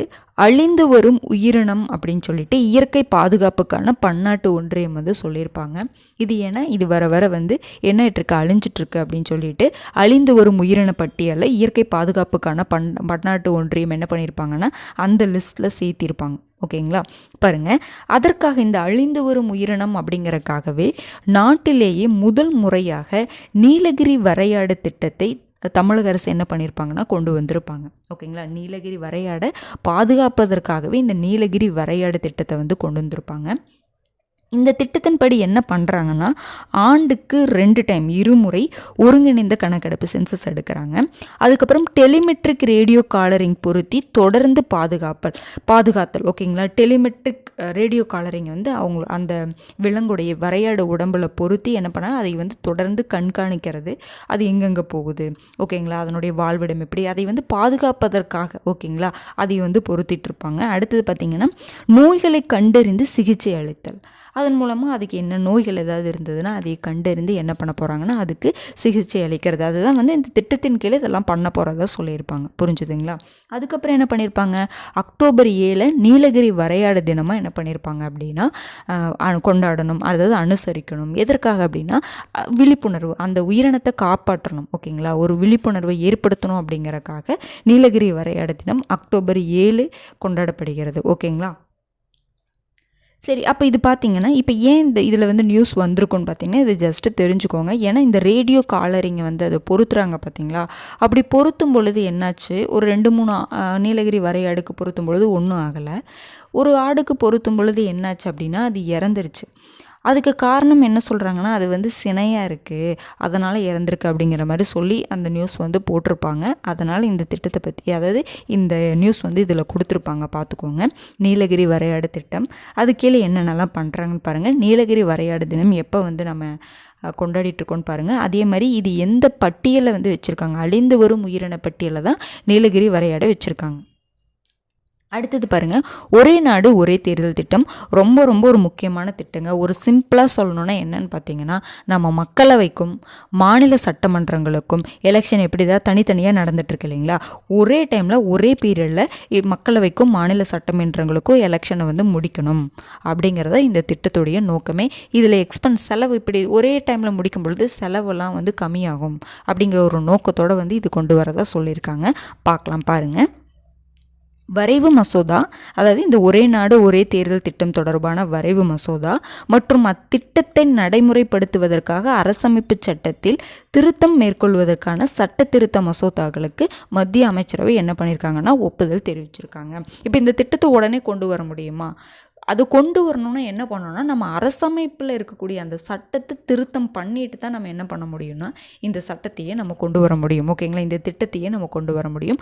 அந்த வரைவு மசோதாவுக்கும் அதுக்கப்புறம் அதை திருத்தக்கூடிய அரசமைப்பு சட்டத்தில் திருத்தம் மேற்கொள்வதற்கான சட்ட திருத்த மசோதாக்களுக்கு என்ன பண்ணியிருக்காங்க அப்படின்னா மத்திய அமைச்சரை ஒப்புதல் தெரிவிச்சிருக்காங்க. ஓகேங்களா, இப்போ 2019 பார்த்தீங்கன்னா பிரதமர் மோடி வந்து என்ன பண்ணியிருப்பாருன்னா குடியரசு தின உரைன்னு நினைக்கிறேன். ஓகேங்களா, அந்த இதில் என்ன பண்ணியிருப்பாங்க அப்படின்னா ஒரே நாடு ஒரே தேர்தல் திட்டம் வந்து கொண்டு வரப்படும் அப்படிங்கிற மாதிரி சொல்லியிருப்பாங்க. ஓகேங்களா, சரி, இப்போ இதை வந்து ஆராய்வதற்காக இதனுடைய சாதகம் என்ன பாதகம் என்ன அப்படிங்கிறத ஆராய்வதற்காக ஒரு குழுவை யார் தலைமையில் அமைக்கிறாங்க அப்படின்னா முன்னாள் குடியரசுத் தலைவரான ராம்நாத் கோவிந்த் தலைமையில் அமைக்கிறாங்க. புரிஞ்சுதுங்களா, ரொம்ப ஒரு முக்கியமான இன்ஃபர்மேஷனுங்க. இந்த ஒரே நாடு ஒரே தேர்தல் திட்டம் தொடர்பான சாதக பாதகங்களை ஆராய்வதற்காக யார் தலைமையில் ஒரு உயர்நிலை குழு அமைக்கப்பட்டதுன்னு கேட்கலாம். புரிஞ்சுதுங்களா, முன்னாள் குடியரசுத் தலைவரான ராம்நாத் கோவிந்த் தலைமையில் அமைக்கப்பட்டது. ஓகேங்களா, அவங்க என்ன பண்ணுறாங்க, கடந்த மார்ச் மாதத்தில் ஒரு அறிக்கையை கொடுக்குறாங்க, பரிந்துரைகளை கொடுக்குறாங்க. அது என்னவாக இருக்குன்னா, இவங்க வந்து சப்போர்ட் தான் பண்ணுறாங்க. இந்த ஒரே நாடு ஒரே தேர்தல் திட்டம் கொண்டு வரதுனால எந்த பிரச்சனையும் இல்லை அப்படிங்கிற மாதிரி சப்போர்ட் பண்ணி தான் அதற்கு ஆதரவாக தான் வந்து என்ன பண்ணியிருப்பாங்க, பரிந்துரை கொடுத்துருப்பாங்க. அது என்னென்ன பரிந்துரைகள் அப்படிங்கிறத பாருங்கள். மக்களவைக்கும் சட்டப்பேரவைகளுக்கும் ஒரே நேரத்தில் தேர்தலை நடத்த சாத்தியம் உள்ளது. கண்டிப்பாக நம்ம என்ன பண்ணலாம், கண்டிப்பாக சாத்தியம்தான், இது எவ்வளோ இருந்தாலும் பரவாயில்ல, கண்டிப்பாக நம்ம என்ன பண்ணிடலாம் அப்படின்னா ஒரே நேரத்தில் தேர்தலை நடத்த முடியும். அதற்கு என்ன பண்ணணும், அதற்கேற்ப சட்டத்தில் திருத்தங்கள் கொண்டு வரப்பட வேண்டும். நம்மளால் பண்ண முடியும், ஆனால் நீங்கள் என்ன பண்ணுங்கள், சட்டத்தில் நம்ம திருத்தம் கொண்டு வரணும். ஓகேங்களா, முதலாவதாக மக்களவை சட்டப்பேரவைகளுக்கான தேர்தலையும் ஃபஸ்ட்டு என்ன பண்ணுங்கள், மக்களவைக்கும் சட்டப்பேரவைகளுக்கான தேர்தலை நடத்திட்டு அதை தொடர்ந்து 100 நாட்களுக்குள் உள்ளாட்சி தேர்தலையும் நடத்தலாம். இது ரொம்ப எத்தனை நாட்களுக்குள் அப்படின்னு பரிந்துரைச்சிருக்காங்கன்னு ரொம்ப முக்கியம் பாருங்கள். ஃபஸ்ட்டு மக்களவை சட்டப்பேரவை தேர்தல் நடத்துங்க, அதிலிருந்து ஒரு 100 நாட்களுக்குள்ளே உள்ளாட்சி தேர்தலை நடத்தலாம் அப்படின்னு சொல்லிட்டு என்ன பண்ணியிருக்காங்க, பரிந்துரை கொடுத்துருக்காங்க. ஓகேங்களா, இன்னொன்று என்ன சொல்லியிருக்காங்க பாருங்கள், இப்போ நம்ம வந்து எலெக்ஷன் வச்சாச்சு, எலெக்ஷன் முடிஞ்சிருச்சு. ஓகேங்களா, அதற்கப்புறம் தொங்கு மக்களவை ஏற்பட்டாலோ அரசுக்கு எதிரான நம்பிக்கையில்லா தீர்மானம் வெற்றி பெற்றாலோ மீதமுள்ள மக்களவையின் பதவி காலத்துக்கு புதிய தேர்தலை நடத்தலாம். இப்போ என்னன்னா, இப்போ ஏதாவது இப்போ வந்து எலெக்ஷன் முடிஞ்சிருச்சு, இப்போ வந்து ஒரே டைமில் தானேங்க நடத்தணும், எலெக்ஷனை ஒரே டைமில் நடத்துகிறோம். இப்போ வந்து என்ன சொல்லலாம் அப்படின்னா, இப்போ வந்து எலெக்ஷன் நடந்துன்னா ஒரு 2-3 வருஷம் கழித்து என்னாச்சோ ஒரு மக்களவையாக இருக்கட்டும், இல்லைன்னா ஏதோ ஒரு மாநில சட்டமன்றமாக இருக்கட்டும், அங்கே அரசுக்கு எதிராக நம்பிக்கையில்லா தீர்மானம் நிறைவேற்றப்பட்டு அங்கே அந்த அரசு கலைக்கப்படுதுன்னு வச்சுக்கோங்க. இப்போ ஏதோ ஒரு மாநில இப்போ வந்து ஒரே இதில் மாநில சட்டமன்றங்களுக்கும் மக்களவைக்கும் ஒரே டைமில் எலெக்ஷன் நடந்துருச்சு. ஓகேங்களா, அப்போ அந்த 3 வருஷம் முடிஞ்சதுக்கப்புறம் என்ன, 5 வருஷம் பதவியில் இருக்கணும் இல்லைங்களா, 3 வருஷம் முடிஞ்சதுக்கப்புறம் என்ன ஆகுது அப்படின்னா, ஏதோ ஒரு மாநிலத்தில் அங்கே என்னாச்சு அப்படின்னா மாநில அரசு கலைக்கப்படுதுன்னு வச்சுக்கோங்க, நம்பிக்கையில்லா தீர்மானம் நிறைவேற்றப்பட்டு கலைக்கப்படுதுன்னு வச்சுக்கோங்க.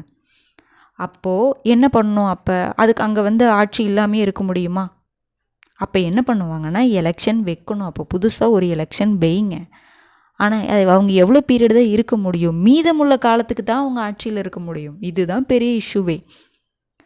அப்போ மீதி எவ்வளோ தான்? 2 வருஷம் தான். அவங்க எலெக்ஷன் வச்சு அவங்க ஜெயிச்சு வந்தாலும் மீதி என்னதுங்க, 2 வருஷம் தானே இருக்கும். 2 வருஷம் தான் ஆட்சியில் இருக்க முடியும். இப்போ இந்த இடத்துல நீங்கள் என்ன பண்ணணும்? அந்த அரசு கலைக்கப்பட்டது அப்படின்னா பொது தேர்தல் நடத்தாமல் இடைத்தேர்தலை தான் நடத்தணும். அப்போ இடைத்தேர்தல்னால் என்னதுங்க, மீதி இருக்கக்கூடிய காலத்துக்கு தான் அவங்க பதவி வகிக்க முடியும்.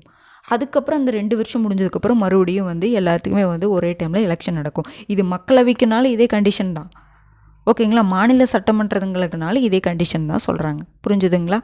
மக்களவைக்கும் இந்த மாதிரி இப்போ நான் சொன்னேன் இல்லை, மாநில சட்டமன்றத்துக்கு தான் சட்டமன்ற ஆட்சி கலைக்கப்பட்டது அப்படின்னா மீதி 2 வருஷம் இருக்கும். அப்போ என்ன பண்ணுவாங்க, மீதி 2 வருஷத்துக்கு தான் ஆட்சியில் இருக்க முடியும்னு சொன்னேன் இல்லைங்களா?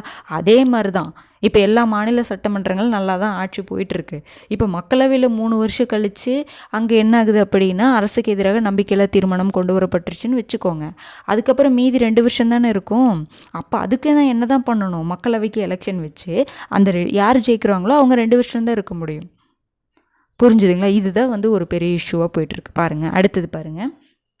முதல் முறையாக ஒரே நேரத்தில் தேர்தல் நடத்தும் போது மக்களவை தேர்தல் நடக்கும் காலம் வரை மற்ற பேரவைகளின் பதவிக்காலத்தை நீட்டிக்க வழிவகை செய்ய வேண்டும். அதற்கேற்ப ஒரே வாக்காளர் பட்டியல் வாக்காளர் அடையாள அட்டைகளை தேர்தல் ஆணையம் உருவாக்க வேண்டும். இப்போ பார்த்தீங்கன்னா இப்போ ஃபஸ்ட்டு டைம் எலெக்ஷன் இப்போ வைக்கணும். இந்த திட்டத்தை கொண்டு வந்துட்டாங்க. இப்போ ஃபஸ்ட்டு டைம் எலெக்ஷன் வைக்கணும் அப்படின்னா இப்போது நமக்கு 2026 நம்ம தமிழ்நாடு கவர்மெண்ட்டுக்கு எலெக்ஷன் நடக்க போகுது இல்லைங்களா? நமக்கு இப்போ போன ஆட்சி முடிஞ்சு 2026 எலெக்ஷன் நடக்க போகுது. புரிஞ்சுதுங்களா? இப்போ நம்ம என்ன பண்ணுறோம், ஒரே நாடு ஒரே தேர்தல் திட்டம் அப்படின்னு சொல்லிட்டு அதை அமல்படுத்திட்டோன்னு வச்சுக்கோங்க. இப்போ 2028 மக்களவைக்கு எலெக்ஷன் நடக்குதுன்னு வச்சுக்கோங்க. ஒரே நேரத்தில் தான் நடத்தணும்னு நம்ம சொல்லிட்டோம். புரிஞ்சுதுங்களா? இப்போ நமக்கு தமிழ்நாடுக்கு எப்போ வைக்கணும், 2026 வைக்கணும்.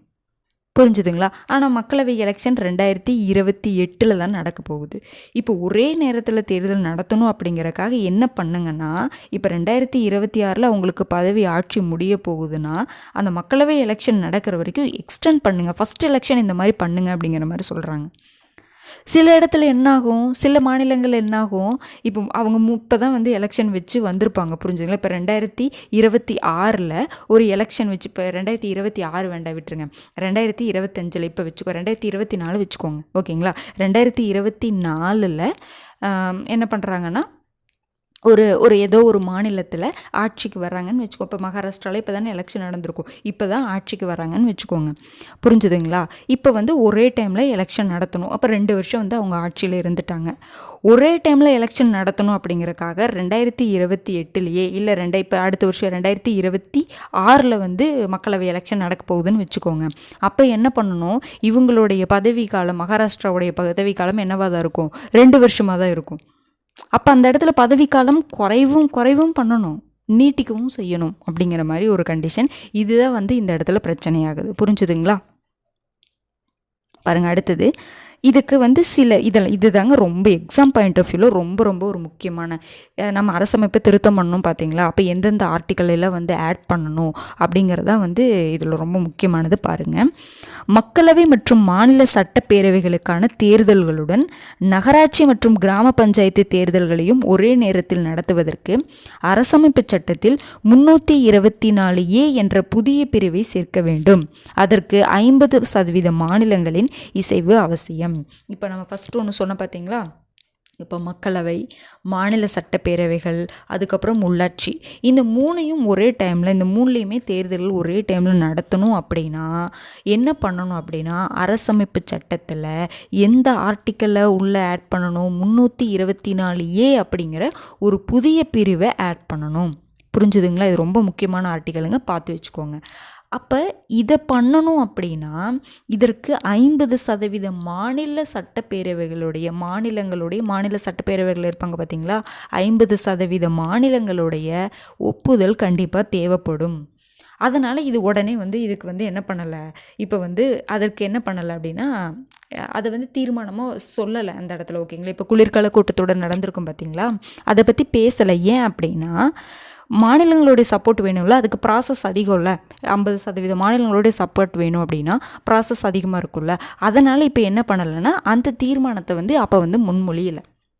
அதை பற்றி பெருசாக அந்த குளிர்கால கூட்டத்தொடரில் இப்போ ரீசெண்டாக நடந்ததில் என்ன பண்ணலை அப்படின்னா டிஸ்கஸ் பண்ணலை. அதற்கு காரணம் என்னதுன்னா 50% மாநில அரசுகளுடைய சப்போர்ட் வேணும். அப்போ உடனே அது நடக்காது இல்லைங்களா. அதனால் அதை பற்றி அவங்க பேசவே இல்லை. ஆனால் அது அந்த ஆர்டிக்கல் என்னன்னு பார்த்து வச்சுக்கோங்க. அடுத்தது பாருங்கள், அதே நேரம் மக்களவை மற்றும் மாநில சட்டப்பேரவை தேர்தல்களை ஒரே நேரத்தில் நடத்துவதற்கு 50% மாநில சட்டப்பேரவைகளின் இசைவு தேவையில்லை. ஆனால் மக்களவை மாநில சட்டப்பேரவைகளுடைய தேர்தலை ஒரே நேரத்தில் வந்து நடத்துவதற்கு 50% மாநில சட்டப்பேரவைகளுடைய ஒப்புதல் தேவை கிடையாது, இசைவு சம்மதம் தேவை கிடையாது. ஓகேங்களா. ஏன் அப்படின்னா முன்னாடி பார்த்தோம் இல்லைங்களா, அதில் என்ன இருக்குது, உள்ளாட்சி தேர்தல் இருக்குது. அப்போ உள்ளாட்சி தேர்தல் யார் இன்வால்வ் பண்ணணும் கண்டிப்பாக ஏன்னா உள்ளாட்சி தேர்தலை நடத்துகிறதே மாநில தேர்தல் ஆணையம். அப்போ உள்ளாட்சி தேர்தல்னு வரும்பொழுது அந்த இடத்துல மாநில சப்போர்ட் தேவைப்படுது. ஆனால் மக்களவை மாநில சட்டமன்றங்களை நடத்துறது யார், மத்திய தேர்தல் ஆணையம். அந்த இடத்துல மத்திய அரசுடைய சப்போர்ட் இருந்தாவே போதும். புரிஞ்சுதுங்களா. மத்திய லெவலில் சென்ட்ரல் லெவலில் இருக்கக்கூடிய ஒரு அமைப்புடைய சப்போர்ட் இருந்தாவே போதும். அதனால் என்ன வேண்டியதில்லை அப்படின்னா மாநிலங்களுடைய சப்போர்ட் வந்து தேவையில்லை. அதனால் என்ன பண்ணியிருப்பாங்கன்னா இதற்கு மத்திய அமைச்சரவை என்ன பண்ணியிருப்பாங்க, ஒப்புதல் தெரிவிச்சிருப்பாங்க. புரிஞ்சுதுங்களா. காரணம் புரியுதுங்களா என்னன்ட்டு. ஏன்னா இது வந்து இப்போ மெயின்ஸ் பாயிண்ட் ஆஃப் வியூவில் ப்ரிலிம்ஸ் பாயிண்ட் ஆஃப் வியூலையும் கேட்கலாம். இந்த கொஷினை ரொம்ப ஒரு முக்கியமானதுங்க, பார்த்து வச்சுக்கோங்க. இதில் எந்த பாயிண்ட்டை கூட கொடுத்துட்டு கூட கேட்கலாம் பாருங்கள். அடுத்தது இப்போ வந்து எதுக்கு இந்த மத்திய அமைச்சரவை ஒப்புதல் தெரிவித்தது எதுக்கு அப்படின்னா மக்களவை மற்றும் மாநில சட்டப்பேரவை தேர்தல்களை ஒரே நேரத்தில் நடத்துவதற்கு ஒப்புதல் மத்திய அமைச்சரவை என்ன பண்ணியிருக்காங்கன்னா ஒப்புதல் தெரிவிச்சிருக்காங்க. அடுத்தது பாருங்கள், மக்களவை மற்றும் மாநில சட்டப்பேரவைகளின் பதவிக்காலத்தை ஒரே நேரத்தில் நிறைவு பண்ணுறக்கு என்ன பண்ணணும் அப்படின்னா அரசமைப்பு சட்டப்பிரிவு 82A புதிதாக துணைப்பிரிவு பிரிவு 2 சேர்க்கணும். அடுத்தது மக்களவை மாநில சட்டப்பேரவைகளை கலைப்பது தொடர்பாக சட்டப்பிரிவு 83(2) புதிதாக துணைப்பிரிவுகள் 3-4 சேர்க்கணும். புரிஞ்சுதுங்களா. அதாவது மக்களவை சட்டப்பேரவைகளுடைய பதவி காலத்தை என்ன பண்ணணும், ஒரே நேரத்தில் நிறைவு பண்ணணும் இல்லைங்களா. அதற்கு ஏன்னா ஒரே டைமில் நடத்தணும் அப்படின்னா அதனுடைய பதவி காலத்தை ஒரே டைமில் நிறைவு பண்ணணும். அதற்காக என்ன பண்ணணும், 82A துணைப்பிரிவு பிரிவு 2 சேர்த்தணும். இன்னொன்று மக்களவை மாநில சட்டப்பேரவைகளை கலைப்பது தொடர்பாக கலைக்கணும் அப்படின்னா அதற்கு சட்டப்பிரிவு 83(2) புதியதாக துணைப்பிரிவுகள் பார்த்திங்கன்னா 3-4 சேர்க்கணும். புரிஞ்சுதுங்களா. இது ரொம்ப முக்கியமானது பாருங்கள். ஒரே நேரத்தில் இரு தேர்தல்களையும் நடத்துவது தொடர்பாக சட்டப்பிரிவு 327 திருத்தம்.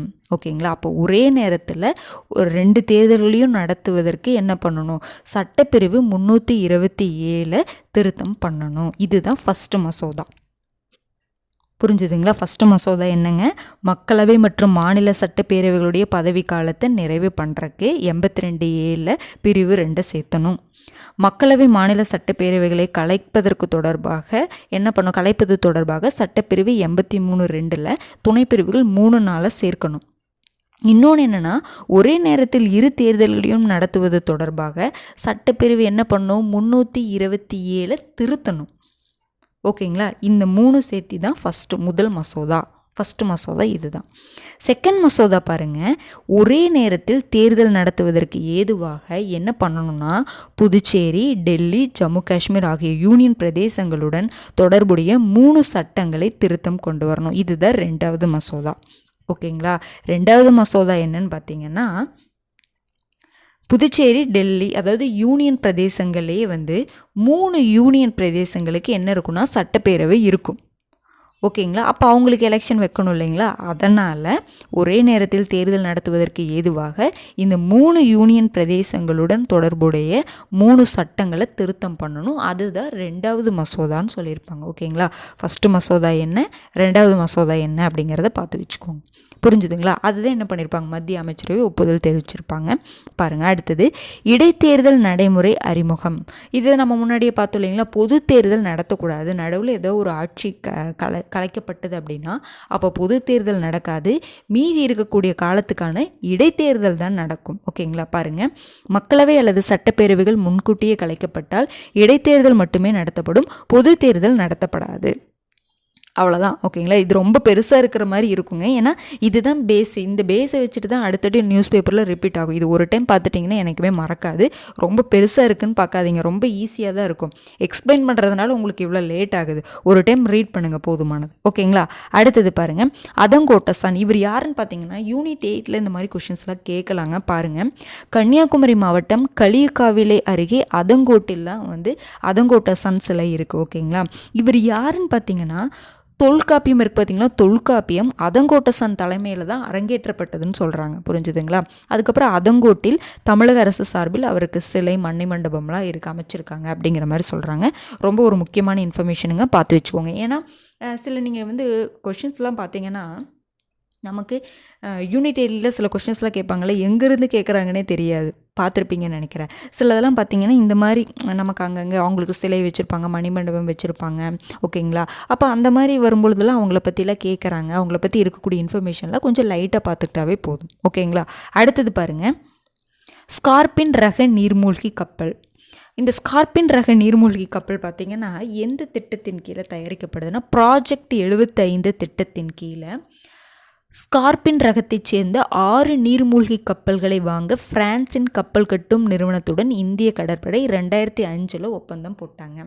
ஸ்கார்பின் ரக நீர்மூழ்கி கப்பலை எந்த நாட்டிடமிருந்து வாங்க இந்திய கடற்படை ஒப்பந்தம் போட்டதுன்னா பிரான்ஸ் கிட்ட இருந்து. புரிஞ்சுதுங்களா. 2005 ஒப்பந்தம் போட்டிருப்பாங்க. எந்த திட்டத்தின் கீழே அப்படிங்கிறது ரொம்ப முக்கியங்க. ப்ராஜெக்ட் 75 திட்டத்தின் கீழே எத்தனை ஸ்கார்பின் ரக நீர்மூழ்கி கப்பல்? 6. அது ரொம்ப முக்கியம், எண்ணிக்கை ரொம்ப முக்கியம். சரிங்களா. பிரான்ஸ் நிறுவனத்தின் தொழில்நுட்ப உதவியுடன், அவங்களுடைய தொழில்நுட்ப உதவியுடன் எங்கே பண்ணுறாங்க? மும்பையில் மசாகான் டாக் ஷிப் பில்டர்ஸ் நிறுவனம் இந்த கப்பலை என்ன பண்ணுறாங்கன்னா கட்டுறாங்க. அவங்களுடைய தொழில்நுட்ப உதவியுடன் என்ன பண்ணுறாங்க அப்படின்னா கட்டுறாங்க. இதுக்கு முன்னாடி நம்ம பார்த்தோம் பார்த்தீங்களா, INS துஷில்னு சொல்லிட்டு ரஷ்யா, இந்தியாவும் ரஷ்யாவும் இணைஞ்சு கட்டுறாங்க அப்படிங்கிற மாதிரி பார்த்தோம் பார்த்தீங்களா. அதே மாதிரி தான் இது ஃப்ரான்ஸோடைய தொழில்நுட்ப உதவியுடன் மும்பையில் இந்தியாவுக்காக, புரிஞ்சுதுங்களா, மசாகான் டாக் ஷிப் பில்டர்ஸ் நிறுவனம் இந்த கப்பலை கட்டியதுன்னு சொல்கிறாங்க. ஸ்கார்பின் அப்படின்னா என்னென்னா ஃப்ரெஞ்சு பேர். அது இந்தியா நம்ம என்ன வச்சுருப்போம்னா கல்வாரி ரக நீர்மூழ்கி கப்பல். இந்திய கடற்படை இதுக்கு இப்படி வச்சுருக்காங்க, கல்வாரி ரகம். ஸ்கார்பின்னாலும் ஒன்று தான், கல்வாரினாலும் ஒன்று தான். இது ரெண்டுமே என்ன தான் அந்த ப்ராஜெக்ட் 75 திட்டத்தின் கீழே. ஓகேங்களா. இதில் 6 கப்பல்களை கொடுக்கணும் பார்த்தீங்களா, 6 நீர்மூழ்கி கப்பல்களை கொடுக்கணும் பார்த்தீங்களா. அதில் இறுதி மற்றும் 6வது நீர்மூழ்கி கப்பல் என்னென்னு பார்த்தீங்கன்னா பக்ஷீர். 2022 அறிமுகப்படுத்தியிருப்பாங்க. 2025 ஜனவரியில் என்ன பண்ண போகிறாங்கன்னா கடற்படையில் இணைக்க போகிறாங்க. அவ்வளோதான். புரிஞ்சுதுங்களா. ப்ராஜெக்ட் 75 திட்டம், இந்தியா பிரான்ஸ், அதை ஞாபகம் வச்சுக்கோங்க. 6 நீர்மூழ்கி கப்பல். ஓகேங்களா. மும்பையில் மசாகான் டாக் ஷிப் பில்டர்ஸ் நிறுவனம் கட்டுறாங்க பிரான்ஸோடைய தொழில்நுட்ப உதவியுடன். ஓகேங்களா. இறுதி மற்றும் 6வது நீர்மூழ்கி கப்பல் எதுனா பக்ஷீர். ஓகேங்களா. அடுத்தது பாருங்கள், ப்ராஜெக்ட் 78 திட்டம். இது என்னன்னு பார்த்தீங்கன்னா 7 நீலகிரி ரக ஏவுகணை போர்க்கப்பல்கள். ப்ராஜெக்ட் 17Aங்கிறது என்னதுங்க, 7 நீலகிரி ரகம். ப்ராஜெக்ட் 75 என்னதுங்க, 6 ஸ்கார்பின் ரக ஏவுகணை பிரான்ஸ். இது என்னன்னு பார்த்தீங்கன்னா நம்ம தான் மசாகான் டாக் துறைமுகத்தில் இது கட்டுமானத்தில் இருக்குது. இதனுடைய 7 நீலகிரி ரக ஏவுகணை போர்க்கப்பல்களுங்களா. இதில் முதல் கப்பல் வரும் ஜனவரி மாதம் இந்திய கடற்படையில் இணைக்கப்பட உள்ளதுன்னு சொல்லியிருக்காங்க. பார்த்துக்கோங்க. ப்ராஜெக்ட் 75 என்ன, ப்ராஜெக்ட் 70Aனா என்னன்னு பார்த்துக்கோங்க. அடுத்து பாருங்கள், காற்று மாசு. டெல்லியில் தான் அதாவது உலகளவில் காற்று மாசு அதிகமாக இருக்கக்கூடிய நகரம் அப்படின்னு பார்த்திங்கன்னா பாகிஸ்தானில் இருக்கக்கூடிய லாகூர். இப்போ ரீசெண்டாக நியூஸ், டெல்லி 2nd இருக்கும். டெல்லியில் காற்று மாசுக்கு காரணம் என்னென்னு பார்த்தீங்கன்னா வாகனங்கள் வெளியேற்றக்கூடிய புகை. பாப்புலேஷன் அங்கே அதிகமாயிருச்சு, வாகனங்கள் எண்ணிக்கையும் அதிகமாயிருச்சு. அப்போ வாகனங்கள் வெளியேற்றக்கூடிய புகை ஒரு காரணம். இன்னொன்று ஒரு முக்கியமான காரணம் என்னென்னா நெல், கோதுமை போன்ற பயிர்களை அறுவடை செய்த பின் நிலத்தில் தங்கியிருக்கும் வைக்கோல் உள்ளிட்ட விவசாய கழிவுகளை பஞ்சாப், ராஜஸ்தான், ஹரியானா, உத்தரப்பிரதேஷ் எரிப்பது. இவங்க என்ன பண்ணுறாங்கன்னா நெல், கோதுமையில் இருக்குது பார்த்தீங்களா, அதை அறுவடை செஞ்சதுக்கப்புறம் நிலத்தில் தங்கியிருக்கும் பார்த்தீங்களா அந்த விவசாய கழிவுகள், அதையெல்லாம் எரிக்கிறாங்க. அதை எரிக்கிறதுனால எந்தெந்த ஸ்டேட்ஸு, மெயினாக பஞ்சாப் ஹரியானா தான், நீங்கள் ராஜஸ்தானையும் உத்தரப்பிரதேசம் பார்த்து வச்சுக்கோங்க. அது எரிக்கிறதுனால அந்த புகை என்னாகுது அப்படின்னா டெல்லியில் காற்று மாசு ஏற்படுவதற்கு காரணமாகுது. இங்கே எரிக்கிறது பாகிஸ்தானில் லாகூர் தானே ஃபஸ்ட்டு இருக்குன்னு சொன்ன காற்று மாசில், அங்கே அஃபெக்ட் ஆகிறதும் இதுவும் ஒரு காரணம் தான். புரிஞ்சுதுங்களா? பார்த்துக்கோங்க. இந்த பயிர் கழிவுகளை எரிப்பதை விடுத்து அவற்றை மக்க வைத்து எருவாக மாற்றுவது மிக நல்ல உரமாக அமைவதோடு சுற்றுச்சூழலுக்கும் நன்மை பயக்கும். இதை எரிப்பதற்கு பதிலாக நம்ம என்ன பண்ணலாம் அப்படின்னா, அதை அப்படியே மண்ணிலேயே, அதாவது மக்க வைத்து எருவாக மாற்றணும் அப்படின்னா அது மண்ணுக்கு உரமாக இருக்கும், சுற்றுச்சூழலுக்கும் எந்த பிரச்சனை வராது அப்படிங்கிற மாதிரி ஒரு சஜஷன் கொடுக்குறாங்க. வேறு என்ன பண்ணலாம்? இதற்கு தீர்வு தான் என்னென்னா, ஒன்று எருவை நம்ம சொன்னோம் பார்த்தீங்களா, அதை எரிக்காமல் என்ன பண்ணுங்க அப்படின்னா எருவை மாற்றலாம். வேறு என்னென்னா சூரிய ஒளியில் மின்சாரத்தை தயாரிக்கலாம். அடுத்தது பொது போக்குவரத்தை பயன்படுத்தலாம். வாகனத்திலிருந்து வெளிவரக்கூடிய வாகனங்களுடைய எண்ணிக்கை அதிகமாயிருச்சு. அப்போ வாகனங்களுடைய எண்ணிக்கை குறைக்கணும்னா எல்லாருமே பொது போக்குவரத்தை பயன்படுத்தணும் அப்படின்னா அந்த வாகனங்களுடைய எண்ணிக்கை குறையும். பார்த்தீங்களா? அதை சொல்கிறாங்க. அடுத்தது என்ன பண்ணுங்க, மின்சார வாகனங்களுடைய பயன்பாடு இருந்துச்சு அப்படின்னா அந்த இடத்துல இந்த காற்று மாசை குறைக்கலாம் அப்படிங்கிற மாதிரி இதெல்லாம் தீர்வாக சொல்கிறாங்க. ஓகேங்களா? அடுத்து பாருங்கள், சாகர்மாலா திட்டம். சாகர்மாலா திட்டம் அப்படின்னா இது முன்னாடியே கொண்டு வந்திருப்பாங்க. இது எதற்காக அப்படின்னா, இந்தியாவின் 7500 கிலோமீட்டர் நீளமுள்ள கடற்கரையை 14500 கிலோமீட்டர் செல்லக்கூடிய நீர்வழிகள் மற்றும் முக்கிய சர்வதேச கடல் வர்த்தக வழிகளில் உத்திசார் இடத்தை மேம்படுத்தும் திட்டம். இந்த கடல் வர்த்தகத்துக்கான ஒரு திட்டம். ஓகேங்களா? அந்த கடல் வர்த்தக வழியில், அந்த கடல் வர்த்தக வழி இருக்குது பார்த்தீங்களா, அதனை மேம்படுத்தக்கூடிய ஒரு திட்டம் தான் சாகர்மாலா திட்டம். ஓகேங்களா? எதனுடைய தொடர்புடையதுன்னு கேட்கலாம், பார்த்துக்கோங்க. அடுத்தது பாருங்கள், 6G அலைக்கற்றை தொழில்நுட்பம். 6G எப்போ வரப்போகுதுன்னு சொல்கிறாங்கன்னா இந்தியாவில் 2030க்குள்ளே செயல்பாட்டுக்கு வரும் அப்படின்னு சொல்லியிருப்பாங்க, பார்த்துக்கோங்க. அடுத்து பாருங்கள், இந்தியா சுவிட்சர்லாந்து. என்னன்னு பார்த்தீங்கன்னா, சுவிட்சர்லாந்து இப்போ ரீசெண்டாக என்ன பண்ணியிருப்பாங்கன்னா, தன்னுடைய விருப்பத்துக்குரிய நட்பு நாடு அப்படிங்கிற பட்டியலிருந்து இந்தியாவை என்ன பண்ணியிருப்பாங்கன்னா சுவிட்சர்லாந்து நீக்கியிருப்பாங்க. ஓகேங்களா? அது நீக்கிட்டு என்ன பண்ணியிருக்காங்கன்னா அந்நாட்டில் செயல்படும் இந்திய நிறுவனங்களுக்கு என்ன பண்ணியிருக்காங்கன்னா கூடுதல் வரியை விதிச்சிருக்காங்க. சுவிட்சர்லாந்தில் இந்திய நிறுவனங்கள் முதலீடுகள் மூலம் ஈட்டும் ஈவுத்தொகைக்கும் என்ன பண்ணியிருக்காங்க 10% வரி விதிச்சிருக்கிறதா சொல்கிறாங்க. 2025 ஜனவரி 1 இதை அமல்படுத்த போகிறதா சொல்லியிருக்காங்க. ஓகேங்களா? விருப்பத்துக்குரிய நட்பு நாடு பட்டியலிலிருந்து இந்தியாவை நீக்கிய நாடு எதுங்க? சுவிட்சர்லாந்து. சர்வதேச செய்திகள் ப்ரிலிம்ஸில் கேட்கறதில்ல, ஆனால் நம்ம பார்ப்போங்க. அது ஜஸ்ட் சின்ன சின்ன இன்ஃபர்மேஷன்ஸ்லாம் இருக்கும் பார்த்தீங்களா, அதெல்லாம் நம்ம சர்வதேச செய்திகள் வரும்பொழுது உள்ளே பார்த்துக்கலாம். ஏன்னா இந்த பாலிட்டியில் கொஞ்சம் கேட்கறக்கு வாய்ப்பு இருக்குது. ஓகேங்களா? அடுத்து பாருங்கள், ரொம்ப ஒரு முக்கியமான இன்ஃபர்மேஷனுங்க. உலகின் சக்தி வாய்ந்த பெண்கள் பட்டியலை அமெரிக்கா போப்ஸ் இதழ் வருடம் என்ன பண்ணுவாங்கன்னா வெளியிடுவாங்க. 100 பெண்களுடைய பட்டியலை வெளியிடுவாங்க. அதில் 2024 21வது ஆண்டு பெயர் பட்டியலை என்ன பண்ணியிருக்காங்கன்னா வெளியிட்டிருக்காங்க. அதில் இந்தியாவை சேர்ந்த 3 பெண்கள் இடம்பெற்றிருக்காங்க. அந்த 100 பெண்களில் 3 பெண்கள் இந்திய பெண்கள் இடம்பெற்றிருக்காங்க. யாருன்னு பார்த்தீங்கன்னா, ஃபஸ்ட்டு நிர்மலா சீதாராமன், நமக்கு தெரியும் மத்திய நிதி அமைச்சர், 2019 முதல் மத்திய நிதி அமைச்சராக இருக்காங்க. அவங்க எந்த பிளேஸ்ன்னு பார்த்தீங்கன்னா 28வது இடம். அடுத்து பார்த்தீங்கன்னா ரோஷினி நாடார் மல்ஹோத்ரா, இவங்க எத்தனையாவது இடம்னு பார்த்தீங்கன்னா 81வது இடம். இவங்க யாருன்னா HCL நிறுவன தலைவராக இருக்காங்க. வேறு என்ன பண்ணுறாங்கன்னா இயற்கை வாழ்விடங்களை பாதுகாக்கும் நோக்கில் தி ஹேபிடட்ஸ் ட்ரஸ்ட் அப்படிங்கிற ஒரு அமைப்பு நடத்திட்டு இருக்காங்க. முக்கியமானதுங்க, இவங்க 81வது இடம். அடுத்தது பார்த்தீங்கன்னா கிரண் மஜும்தார் ஷா, இவங்க 82வது, பயோகானுடைய நிறுவனர். இவங்களுடைய சாதனைகள் என்னன்னு பாருங்கள். 2024 இந்தியாவில் மிகப்பெரிய பணக்காரர்கள் வரிசையில் 91வது இடத்துல இருந்திருக்காங்க. பயோடெக்னாலஜி துறையில் முதல் முறையாக புதுமைகளை புகுத்தியவர் இவர். அடுத்து பார்த்திங்கன்னா ஆசியாவில் மிகப்பெரிய அளவில் இன்சுலின் உற்பத்தி ஆலையை மலேசியாவில் வச்சுருக்காங்க அப்படிங்கிற மாதிரி சொல்கிறாங்க. புரிஞ்சுதுங்களா? நிர்மலா சீதாராமன் 28வது, ரோஷினி நாடார் மல்ஹோத்ரா 81வது இடம், கிரண் மஜும்தார் ஷா அவங்க 82வது இடம். பார்த்து வச்சுக்கோங்க, அவங்க எந்தெந்த ஃபீல்டில் இருக்காங்க அப்படிங்கிறதையும் தெரிஞ்சு வச்சுக்கோங்க. அடுத்தது கடைசி ஒன்றுங்க, இந்திய மத்திய கிழக்கு ஐரோப்பா பொருளாதார வழித்தடம் IMEC அப்படின்னா India Middle East Europe economic corridor. ஓகேங்களா? ஒரு பொருளாதார வழித்தடம் அமைப்பதற்கான ஒரு திட்டம். பாருங்கள், இந்தியா மத்திய கிழக்கு ஐரோப்பா பொருளாதார வழித்திட்டம். ஏன்னா சில டைம் கொடுத்து எக்ஸ்பென்ஷன் கேட்கலாம். India Middle East Europe economic corridor. இது எப்போ வந்து அறிவிப்பு பண்ணியிருப்பாங்கன்னா 2023 செப்டம்பரில் டெல்லியில் G20 உச்சி மாநாடு நடந்துச்சு பார்த்தீங்களா, அப்போ என்ன பண்ணிடுவாங்கன்னா அறிவிச்சிருப்பாங்க. இந்த வழித்தடம் இருக்குது பார்த்தீங்களா, அதாவது இந்தியா வழியில் மத்திய கிழக்கு ஐரோப்பா வழியே போகக்கூடிய அந்த வழித்தடம் எத்தனை கிலோமீட்டர் நீளம் அமையும்னா 6000 கிலோமீட்டர். இதில் அந்த 6000 கிலோமீட்டரில் 3500 கிலோமீட்டர் தொலைவு பார்த்திங்கன்னா கடல் வழி பாதையாக இருக்குது. ரொம்ப முக்கியமானதுங்க, இந்த எக்ஸ்பேன்ஷன் கேட்டுக்கலாம் பார்த்துக்கோங்க. அப்போ இதனுடைய பாதையை சொல்கிறாங்க பாருங்கள். மும்பை, ஐக்கிய அரபு அமீரகத்தின் ஜபல் அலி, அல் குவைபத், சவுதி அரேபியாவின் ஹரத், ரியாத், அல் கதிதா, இஸ்ரேலின் ஹைபா வழியாக கிரீஸ் நாட்டின் பிரேயஸ் நகர் வரை கடல், சாலை, ரயில் மார்க்கமாக இணைப்பு. 3 வழியாகவுமே இணைப்பு. 6000 கிலோமீட்டரில் பார்த்தீங்கன்னா 3500 கிலோமீட்டர் தொலைவு என்னதான் கடல் வழி பாதைன்னு சொல்கிறாங்க. புரிஞ்சுதுங்களா?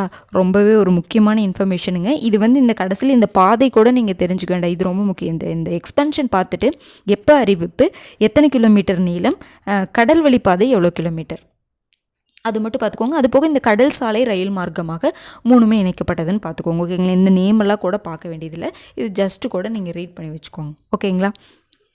அவ்வளோதாங்க. ஒரு 32 இன்ஃபர்மேஷன்ஸை பார்த்துட்டோம். அப்படியே பாருங்கள், உலகின் சக்தி வாய்ந்த பெண்கள் பட்டியல் ரொம்ப முக்கியமானது. அடுத்தது என்னதுங்க, இந்தியா அந்த விருப்பத்துக்குரிய நட்பு நாடு பட்டியலிருந்து இந்தியாவை வந்து சுவிட்சர்லாந்து வந்து நீக்கிட்டாங்க. அடுத்தது இந்த 6G அலைக்கற்றை தொழில்நுட்பம் 2030க்குள்ளே செயல்பாட்டுக்கு வரப்போகுது. சாகர்மாலா திட்டம் அப்படிங்கிறது கடல் வர்த்தகம் சார்ந்த ஒரு திட்டம். அடுத்தது பார்த்தீங்க அப்படின்னா காற்று மாசு, அதற்கு காரணம் என்ன, எந்தெந்த பகுதி அதற்கு காரணம், எங்கே விவசாய கழிவுகளை எரிக்கிறாங்க, அதுக்கு தீர்வு என்ன அப்படிங்கிறத பார்த்துக்கோங்க. அடுத்தது 2 இந்த ப்ராஜெக்ட் 75, ப்ராஜெக்ட் 17A, அடுத்தது ப்ராஜெக்ட் 75 திட்டம் என்னன்னு பார்த்துக்கோங்க. ஓகேங்களா? இதெல்லாம் ரொம்ப ரொம்ப முக்கியமான இன்ஃபர்மேஷனுங்க. அடுத்தது அதங்கோட்டசான், இது ரொம்ப முக்கியமாக, இது வந்து நம்ம கேள்விப்பட்டிருக்கவே மாட்டோம், இது ரொம்ப முக்கியமானது பார்த்துக்கோங்க. அடுத்தது பார்த்தீங்கன்னா இந்த ஒரே நாடு ஒரே தேர்தல் திட்டம் நீங்கள் பெருசாக இருக்குன்னு நினச்சி விட்டுறாதீங்க, ரொம்ப ரொம்ப முக்கியமானதுங்க. இதில் இருக்கக்கூடிய ஒவ்வொரு பாயிண்ட்டுமே ரொம்ப முக்கியமானது, பார்த்து வச்சுக்கோங்க. ஸ்டேட்மெண்ட்டாக கொடுத்து குரூப் 4லேயுமே ஸ்டேட்மெண்ட்டாக கொடுத்து கேட்கலாம், ஏன்னா ரொம்ப இம்பார்ட்டண்ட், ஈஸியானதும் கூட தான். ஓகேங்களா? அடுத்தது பாருங்கள், ஏன்னா எல்லாத்துக்குமே நம்ம அதிகமான இன்ஃபர்மேஷன் கொடுக்க மாட்டோங்க. ரொம்ப முக்கியமான திட்டம் வரும் பொழுது நம்ம என்ன பண்ணுவோம் அப்படின்னா அதில் இருக்கக்கூடிய எல்லா பாயிண்ட்ஸுமே கொடுக்குற மாதிரி தான் வரும். ஓகேங்களா? அடுத்தது இந்த நீலகிரி வரையாடு, அக்டோபர் 7 நீலகிரி வரையாடு தினம் எந்த பட்டியலை வச்சுருக்காங்க, அழிந்து வரும் உயிரின பட்டியலை வச்சுருக்காங்க. அடுத்தது தேசிய பஞ்சாயத்து விருதுகள் வாங்கின கீரணத்தம் ஊராட்சி, வரகனூர் ஊராட்சி எங்கெங்கே இருக்குதுன்னு பார்த்துட்டு எந்த பிரிவின் கீழே அவங்க அவார்டு வாங்கியிருக்காங்கன்னு பார்த்துக்கோங்க. காலவரிசையில் பாரதியார் படைப்புகள் யார் எழுதுனது, சீனி விஸ்வநாதன் பார்த்துக்கோங்க. அடுத்தது வைக்கம் விருது இப்போ தான் கொடுத்துருப்பாங்க, தேவனூரா மகாதேவா அவர்களுக்கு கொடுத்துருக்காங்க. எதுக்காக வைக்கம் விருது கொடுக்குறாங்க அப்படிங்கிறத பார்த்துக்கோங்க. அடுத்தது ஒரே நாடு. அடுத்தது பார்த்திங்கன்னா இந்த குடியரசு துணைத் தலைவர் பதவி நீக்க நடைமுறை இருக்குது பார்த்தீங்களா, இது வந்து ஸ்டாட்டிக் பாயிண்ட்டு, கரண்ட் அப்படிங்கிறத விட ஸ்டாட்டிக் பாயிண்ட்டு, இதை பார்த்து வச்சுக்கோங்க. ஏன்னா இதை பேஸ் பண்ணி கொஷின்ஸ் கேட்கலாம், கரண்ட்டாக நடந்ததுனால இதை வச்சு ஸ்டாட்டிக்லேருந்து நமக்கு கொஷின்ஸ் கேட்கலாம். அடுத்து பார்த்திங்கன்னா இந்த மூளையின் முப்பரிமாண படங்களை வந்து சென்னை IIT வந்து வெளியிட்டிருப்பாங்க ஃபஸ்ட்டு டைம். அடுத்து பார்த்திங்கன்னா தமிழ் இலக்கிய மறுமலர்ச்சி நாள் February 19 உவே சாமிநாத ஐயருடைய பிறந்த தினம். அடுத்தது I4C இணையதளம், Indian cyber crime coordination centre என்னன்னு பார்த்துக்கோங்க. SM கிருஷ்ணா பார்த்திங்கன்னா கர்நாடக மாநில முன்னாள் முதல்வராக இருந்திருப்பார். அடுத்தது ஒரே நாடு ஒரே சந்தா, one nation one subscription, ONOS அப்படின்னு என்னென்னு கேட்கலாம். ஓகேங்களா? அது என்னன்னு பார்த்துக்கோங்க. அடுத்தது பார்த்திங்கன்னா இந்த PAN 2, இதில் பெருசாக ஒன்றுமே இல்லை. PAN 2.0 மைல்கல் திட்டம், December 10 சர்வதேச மனித உரிமைகள் நாள். இதனுடைய கருப்பொருள், இந்த வருடத்திற்கான கருப்பொருள் என்னென்னு பாருங்கள். INS துஷில் என்னென்னு பாருங்கள். அந்த ப்ராஜெக்ட் 75 கம்பேர் பண்ணி பார்த்துக்கோங்க. ஸ்கார்பின் ரக நீர்மூழ்கி கப்பல்னால் ஃப்ரான்ஸு. அதே மாதிரி பார்த்திங்கன்னா இந்த INS துஷில் அப்படின்னு வரும்பொழுது இதுதான் ரஷ்யா, அப்படிங்கிற மாதிரி கம்பேர் பண்ணி பார்த்துக்கோங்க. அடுத்தது பார்த்திங்கன்னா ரொம்ப ஒரு முக்கியமானது டங்ஸ்டன் சுரங்கம் மதுரை அரிட்டாப்பட்டி பகுதியில் என்ன பண்ண போகிறாங்கன்னா அமைக்கிறதுக்கு ஹிந்துஸ்தான் ஜிங்க் நிறுவனத்துக்கு என்ன பண்ணியிருப்பாங்கன்னா உரிமம் கொடுத்துருப்பாங்க. அதையே ரத்து பண்ணணும் அப்படின்னு சொல்லிட்டு தமிழக சட்டப்பேரவையில் தீர்மானம் நிறைவேற்றியிருப்பாங்க. இது பார்த்துக்கோங்க. அடுத்தது சஞ்சய் மல்கோத்ரா இந்திய ரிசர்வ் வங்கியுடைய 26வது ஆளுநராக நியமிக்கப்பட்டிருப்பாங்க. அடுத்தது ஜார்ஜ் ஜேக்கப் கூவக்காடு ஓகேங்களா. இவங்க பார்த்தீங்கன்னா கர்தினாலாக நியமிக்கப்பட்டிருப்பாங்க, பார்த்துக்கோங்க. அடுத்தது எல்ஐசியின் பீமா சகி திட்டம் குவாலிஃபிகேஷன் என்னன்னு பார்த்துக்கோங்க. எங்கே தொடங்கியிருக்காங்க, எவ்வளோ சேல்ரி வருது, ஓரளவுக்கு ஜஸ்ட் ரீட் பண்ணி வச்சுக்கோங்க. ஓகேங்களா. அடுத்தது பார்த்தீங்க அப்படின்னா ட்ரோன் எதிர்ப்பு சிறப்பு பிரிவு எதற்காக, அடுத்தது துடிப்பான கிராமங்கள் திட்டம் எதற்கானது, எல்லாம் ரெண்டுமே பார்த்தீங்கன்னா எல்லைகளை பாதுகாப்பதற்காக தான். அடுத்தது மைத்ரி கிளினிக் திட்டம் எந்த மாவட்டத்தில் எந்த மாநிலத்தில் யாருக்கான ஸ்கீம் பார்த்துக்கோங்க. அடுத்தது தமிழக அரசுடைய ஒரு உதவி எண் 155330 எதற்காக அப்படிங்கிறத பாருங்கள். அடுத்தது வெம்பக்கோட்டை அகழாய்வு எந்த மாவட்டம், விருதுநகர் மாவட்டம். அங்கே அதிகமாக பார்த்திங்கன்னா ஏராளமான மண்பாண்ட ஓடுகள் கிடச்சிருக்கு அப்படிங்கிறத பார்த்தோம். எல்லாமே ரொம்ப ரொம்ப ஒரு முக்கியமான இன்ஃபர்மேஷனுங்க. ஒரு டைம் காது கொடுத்து கேட்டுட்டு ஜஸ்ட்டு ரீட் பண்ணிங்க அப்படின்னா அவ்வளோதான். ஓகேங்களா. 9 to 14 இருக்கக்கூடிய கரண்ட் அஃபேர்ஸை நம்ம ஃபுல்லாகவே பார்த்துட்டோம். ஓகேங்களா. அடுத்த வீடியோவில் சந்திக்கலாம். நன்றி.